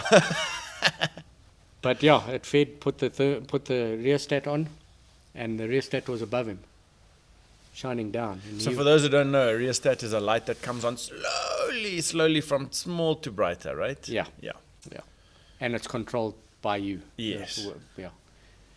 So I started turning it on slowly, and that line just saw a glow, just a tiny little glow, and just gave a brr, and Gone. it was gone. Yeah. Yeah. So he became very clever, Yeah. very, very clever. Oh, yeah. Doug Reynolds actually ended up shooting him. So this guy win? This guy took a snapshot at him. Same Again, as the other guy. same. This time there was quite a bit of blood. More than the second time. More than any times. Any Now I thought, yeah, now we're going to shoot him. Yeah, we got him. So this is actually coming to the my best charge ever. It was your Yes. original question. Ah, yeah. Got sidetracked a bit. No, but I like sidetrack. So this was the one. So now there's quite a bit of blood. So we followed, and we actually bumped him, and he took off, and I took a dip at him. In those days, I used to follow lines with my FN, with a 308 semi-auto with softs in, 20 round clip, so lots of bullets, spray and hope. Well, in those days. Yeah. Anyway, I Things sprayed were more rough back then. sprayed a bit and was hoping, and there was no light at the end of the tunnel. And he disappeared. So I got hold of a guy that is quite well known in the hunting industry with some dogs. Okay. And he said, look, I'll come, but I'm bringing one dog, because one, there's tsetsies there, which are bad for dogs. And two, if the lion gets hold of my dog, I'll be in trouble. So you can only lose one at least. So you can only lose one. And he said, and if it gets hold of my dog, you're paying for the dog as well. And those dogs ain't cheap. Huh? They're not cheap, no. So he came with one dog, and we followed, and we got a proper charge from a female, not the male. Oh, had he joined the clan again? We never saw that male. The dog never managed to get onto him and hold him. Huh. But it did get right up the butt of a female, and she turned around, and obviously the dog's safe haven was us. So the dog came boiling back to us, and a female. And what terrain are you in? So now we're in flat, like scrub Mapani, with a little bit of grassland, but flat, but quite thick. We can't see 50 yards in front of us. But we can hear the dog and we can hear the lion growling, so we think, cool. He's coming. That's the lion. She's got him. And when we started advancing to try and find it and get a shot, and next minute the dog appeared like Big a eyes. ghost with this female hot on her heels. Big female. Yeah, a full-grown lioness. And anyway, the dog's plan was to get to us. How big is a full-grown lioness weight-wise, just for the listeners? 180. 180 kgs. Yeah. What's that in pounds? 450 pounds? For 2.2. So what is that? My math's not that great. Me neither. It's 420 or something. 400. Yeah, just have 400 pounds for something like 400 pounds. So yeah, I mean, big cat. It's gonna bite you. It's gonna bite you sore. It's got lots of teeth and claws. Yeah. So the dog came boiling between us, with the lioness right on her ass. Oh. The lioness was fixated on the dog, so she also came boiling past us. Really? Yeah. So we were like 2 meters apart. So she came in between us. She didn't see anybody. Between you and who? The dog guy? Between myself, the dog guy, and Where was Klein? I had Dion Pistorius with me. Okay. The client was back at the car. Okay. Yeah, they were not as agile as we were. Anyway, she came boiling right between us. I think if I put my barrel out, I could have pushed the lioness. What? And the dog obviously went past us and spun around to Get behind go you to or her something. owner now. Yeah. Well, and the lioness spun around as well. And now everybody's rifles were up, and I really didn't want to shoot her, but she's right in amongst us. So I don't know what I thought I was a commander in the army or something, because I'm just shouting, stand down, stand down, stand down. And nobody was shooting, and everybody Stand down didn't to shoot. the lion. Yeah. And I think all that commotion and the dog, and all of a sudden this lioness was in the middle of a whole bunch of people. She just took off. And didn't try and bite anybody, didn't try and bite the dog. And, Jeepers. but that was probably the closest Wow. where there was no end story. There was no dead lioness and there was no scratched people. But she was right in amongst us. See, that's a kind of situation where you could say, that could have gone. So in hindsight, you made the right decision by not shooting her. Yeah, I mean, it could have gone south a lot of ways. She could have bitten right? somebody if you had just winged her. Yeah. If you didn't kill her outright, then she Yeah, would have yeah. been Really angry. properly mad. Yeah. Or somebody could have got shot. Because she's right in amongst us, in the middle of us, and there's a gun over there, and there's a dog guy there with his gun, and there's his dog, and there's me with my gun, and there's a game scout with his gun, and it could have ended badly. Wow. Yeah, it was obviously we thought we were just on the mail. Yeah. So whatever came, we were going to smoke it. We weren't expecting a lioness to boil I'm out. surprised you didn't pull the trigger by accident. You know what I mean? I remember following a wounded lion once, and we used some village dogs to follow this lion, but we followed for like 3 or 4 days. And eventually, here comes, we hear, and we're like, okay, he's coming. But the dog popped through the bushes like 2 yards ahead of us, where was the thicket starting. This dog popped out, but its eyes were so big, the dog's eyes, that I nearly shot it, thinking it was the lion. I nearly pulled the trigger on that poor dog. Yeah. And the lion didn't come. Yeah. So when a lion actually comes, the chance of pulling the trigger is a little bit better than even. Yeah. But it just goes to show what can happen in thick stuff. Things like that. I mean, if we were following that male and it charged, we were all expecting for the male to charge. If we had just started up and smoking behind the dog, trying to kill it, it would have, we would have shot the wrong thing. Yeah, no, for sure. Folks, the new This is Africa knife is out. And if you haven't seen it, feast your eyes on this bad boy. For those who are listening, you'll have to go to TIA5.com and have a look at this knife. But for those who are watching on Rumble, check it out. It is the most incredible knife. The sheath is made by the same people who do the leather for the Rigby Gun Company. So it's really good quality leather. And the knife itself, which is my favorite part, has got an elephant dung resin handle, which makes every single knife handle unique. I love seeing them. Everyone who gets one, who orders them online, raves about their handle, but I think my handle's probably the best. But I think everyone just likes the handle because they're all different and all unique, and it's actually got actual elephant poop inside. It looks really cool and it's really African. The blade is incredibly sharp with the This is Africa logo burnt into it. Perfect for skinning, perfect for harvesting the meat off your animals. And when you put it on your gun belt, the sheath sits in such a way that it's magnificent, folks. If you haven't ordered yours, go ahead and do so. I highly recommend it, but do beware, it is a very sharp knife. The blade is thin and sharp. So head over and get yours, folks, at www.tiafive.com. Back to the episode. Elephant charges, that's a scary thing, right? Yeah.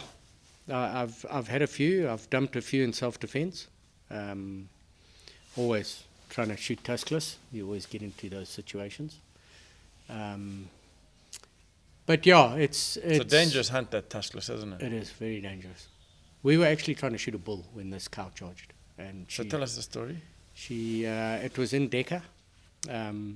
We'd seen a nice bull that was shadowing up. So this time of the year, the bulls up that end, Matetsi, Decca, they seem to be in must, which is in season, looking for cows, looking to mate. And they move around a lot. So they move within the herds, in and out of the herds. And then you've got to follow them through that. So you follow the herds and you see where the big bulls are and then determine whether they're big enough or not. And then now you've got to get in to try and shoot him. And he's moving a lot because he's looking for cows to breed with. And so we did see a big bull and we were trying to get in to shoot him. So we were just shadowing the herd on the side. And we came around this corner and we were a little bit closer maybe than we should have been, trying to get around to this bull. And but a little bit closer, we were 70 yards from them. Wow. So we weren't that close. And this cow picked up on us. She came around a tree and I don't know, she saw movement or whatever. And she just came straight at us. And the normal story, I screamed and shouted, trying not to shoot her. And she's knocking over bushes as she comes? Well, it was quite flat and open. It was Mapani, Mapani scrub. Well, not even Mapani scrub. It was like cathedral Mapani with pans and grass. So not so much scrub. So it was quite open. Yeah, so the trees are tall. The trees are tall and few little ones, but not many. Not like scrub Mapani. Okay. And she came boiling and I screamed and shouted, and I had another South African PH with me that was behind me, and he took off to the side, and the client took off with a game scout. Away, running? Running, gone. Oh my goodness. Only afterwards did the client say, shit, I don't know what to do. I saw the game scout running, so I decided to go with him. I think that happens often, and they see the trackers go and the game scout go, and then, I'm like, yeah, better go. Yeah. And then you got one less gun. Funny, a client from Mexico, and he actually shot his bull charging as well. Really? And he said if he hadn't have witnessed that cow getting shot, he would have run away from the bull as well. He wouldn't have known what to do with the bull. So it actually worked in his benefit. Anyway, the cow, again, got right on top of us, and I ended up having to shoot her. What distance did you shoot her at? Probably 8 yards. Yeah, when I shot her, she fell backwards instead of forwards. She spun backwards, and then I ran around and gave her another one. They were both of them were brain shots, so she was dead on her feet. How did she spin around? I think because she was in momentum coming this way, maybe she saw John off to my side and started turning to go to him when I hit her, and it knocked her back. The way she was the way she was standing, or her feet were whatever. Yeah. That's interesting. And then I had a really good one with York, actually, in Dandy. Okay. with an elephant cow, a full-on. Okay, no, wait, hold full on. on charge. So then you carried on hunting for the elephant bull. Yes. You educated the client not to run away like that. Yeah, he said, well, I didn't know what to do, so I said, no, you must just stay next to me. And it's a client I've hunted with quite a few times, so not a first-time client. Yeah. And a friend. And a friend, yeah, a good guy. Anyway, we found a very nice bull that ran from us originally. Also in these herds like that. No, he was by himself. Much nicer. Yeah, and in full must. So he was looking for cows. So he was just cruising the area. Yeah, so looking folks, for cows. must is a heightened sense of testosterone that the elephant bulls get into when they're breeding. And it also makes them very unpredictable and more dangerous than usual. So you find this oak, he's in must. He's in must. He ran from us, and we pushed him because he was walking fast. We started walking fast. And that was in that scrub mapani. And he stopped about, again, 70, 80 yards from us, broadside. So a little bit too far, in my opinion, for a broadside shot. So I said, no, let's go closer. Why do you want to be closer?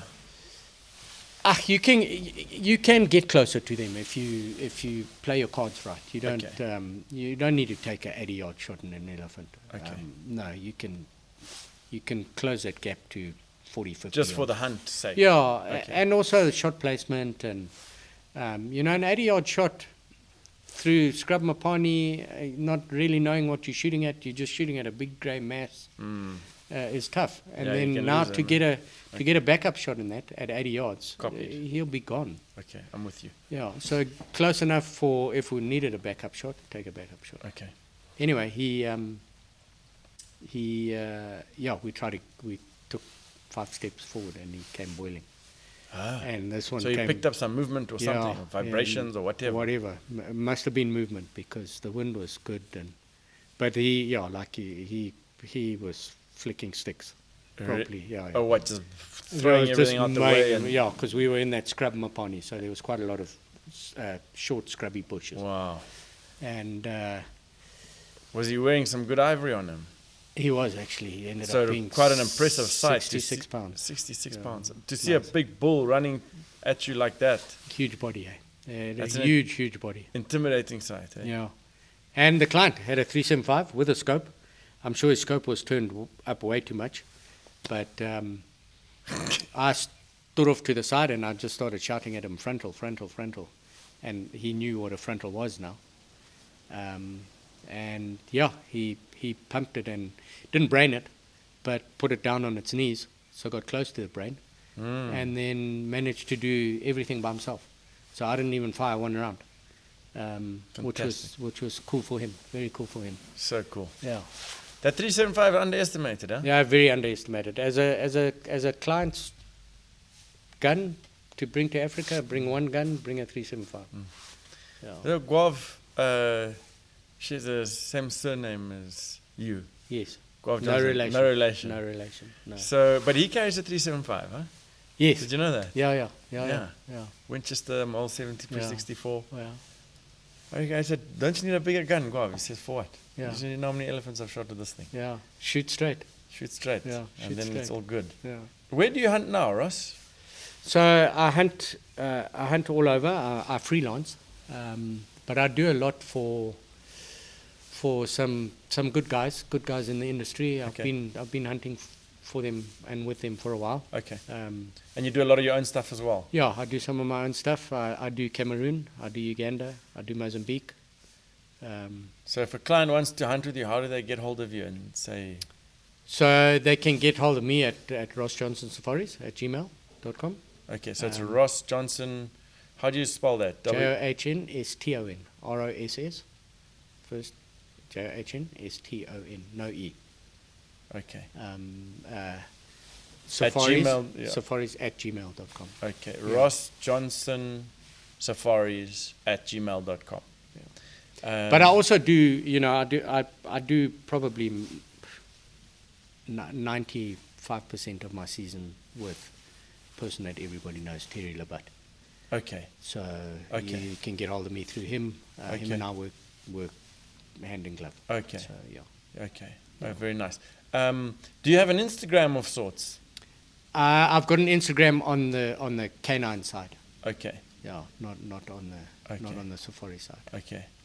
Well, maybe you should make one. Ross Johnston Safaris on Instagram. I did have one, but I'm sticking with the canine one. I'll just promote that one. Yeah. What is that one?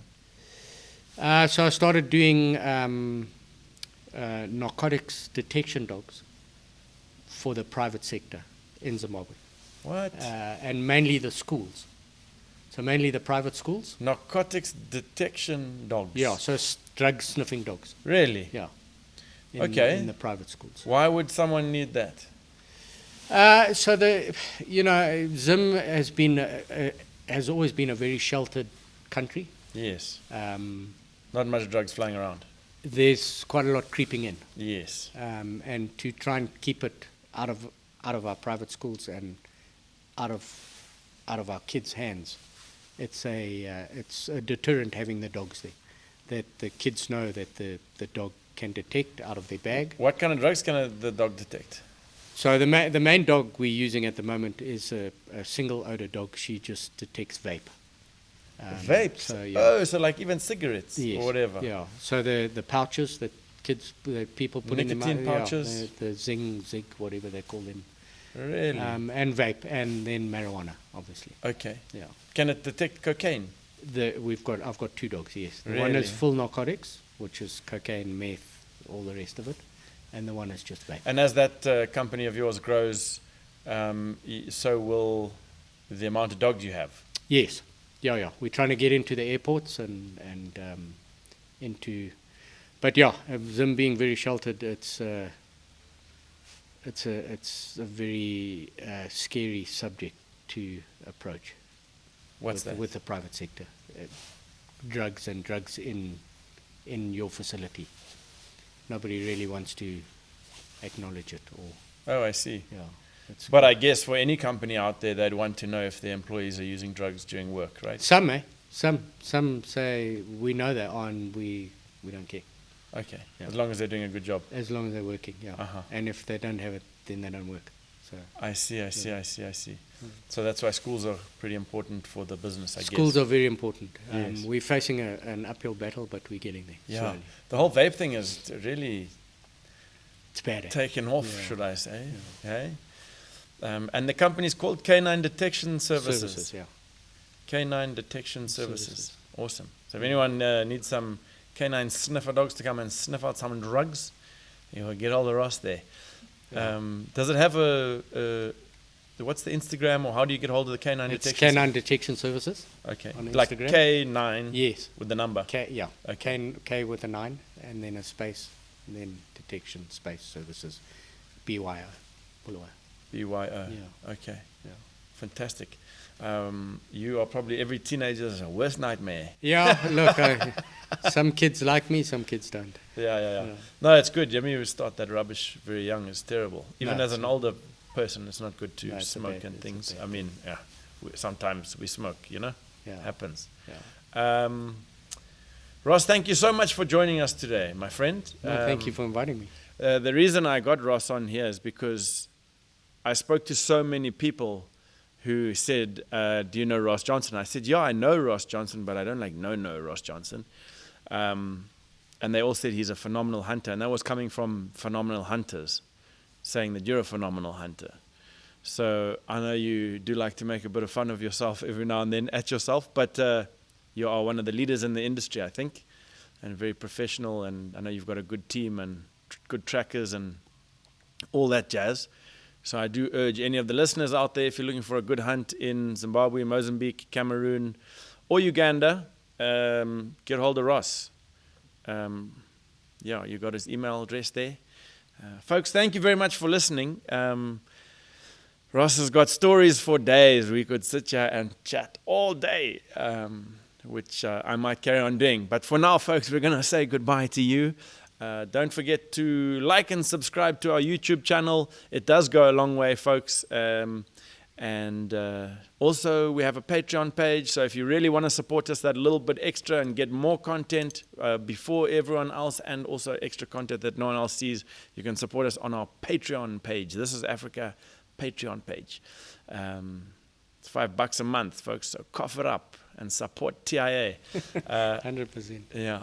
Thanks, Roscoe. Good luck for the year. Know you've got a very busy year lined up, and we hope to get you on This is Africa, the TV show, fairly soon. 100%. Thanks, Andy. Bye, folks. Bye. Bye. Folks, if you'd like to book your hunt in Africa, get hold of us at www.tiafive.com. That's actually what I do, folks. I put people in the perfect place for their African safari. We've got a whole team that deals with this side of the business. So if you're looking for a place to go and you don't want to get put in the wrong place, head over to tiafive.com and we'll help you out, folks.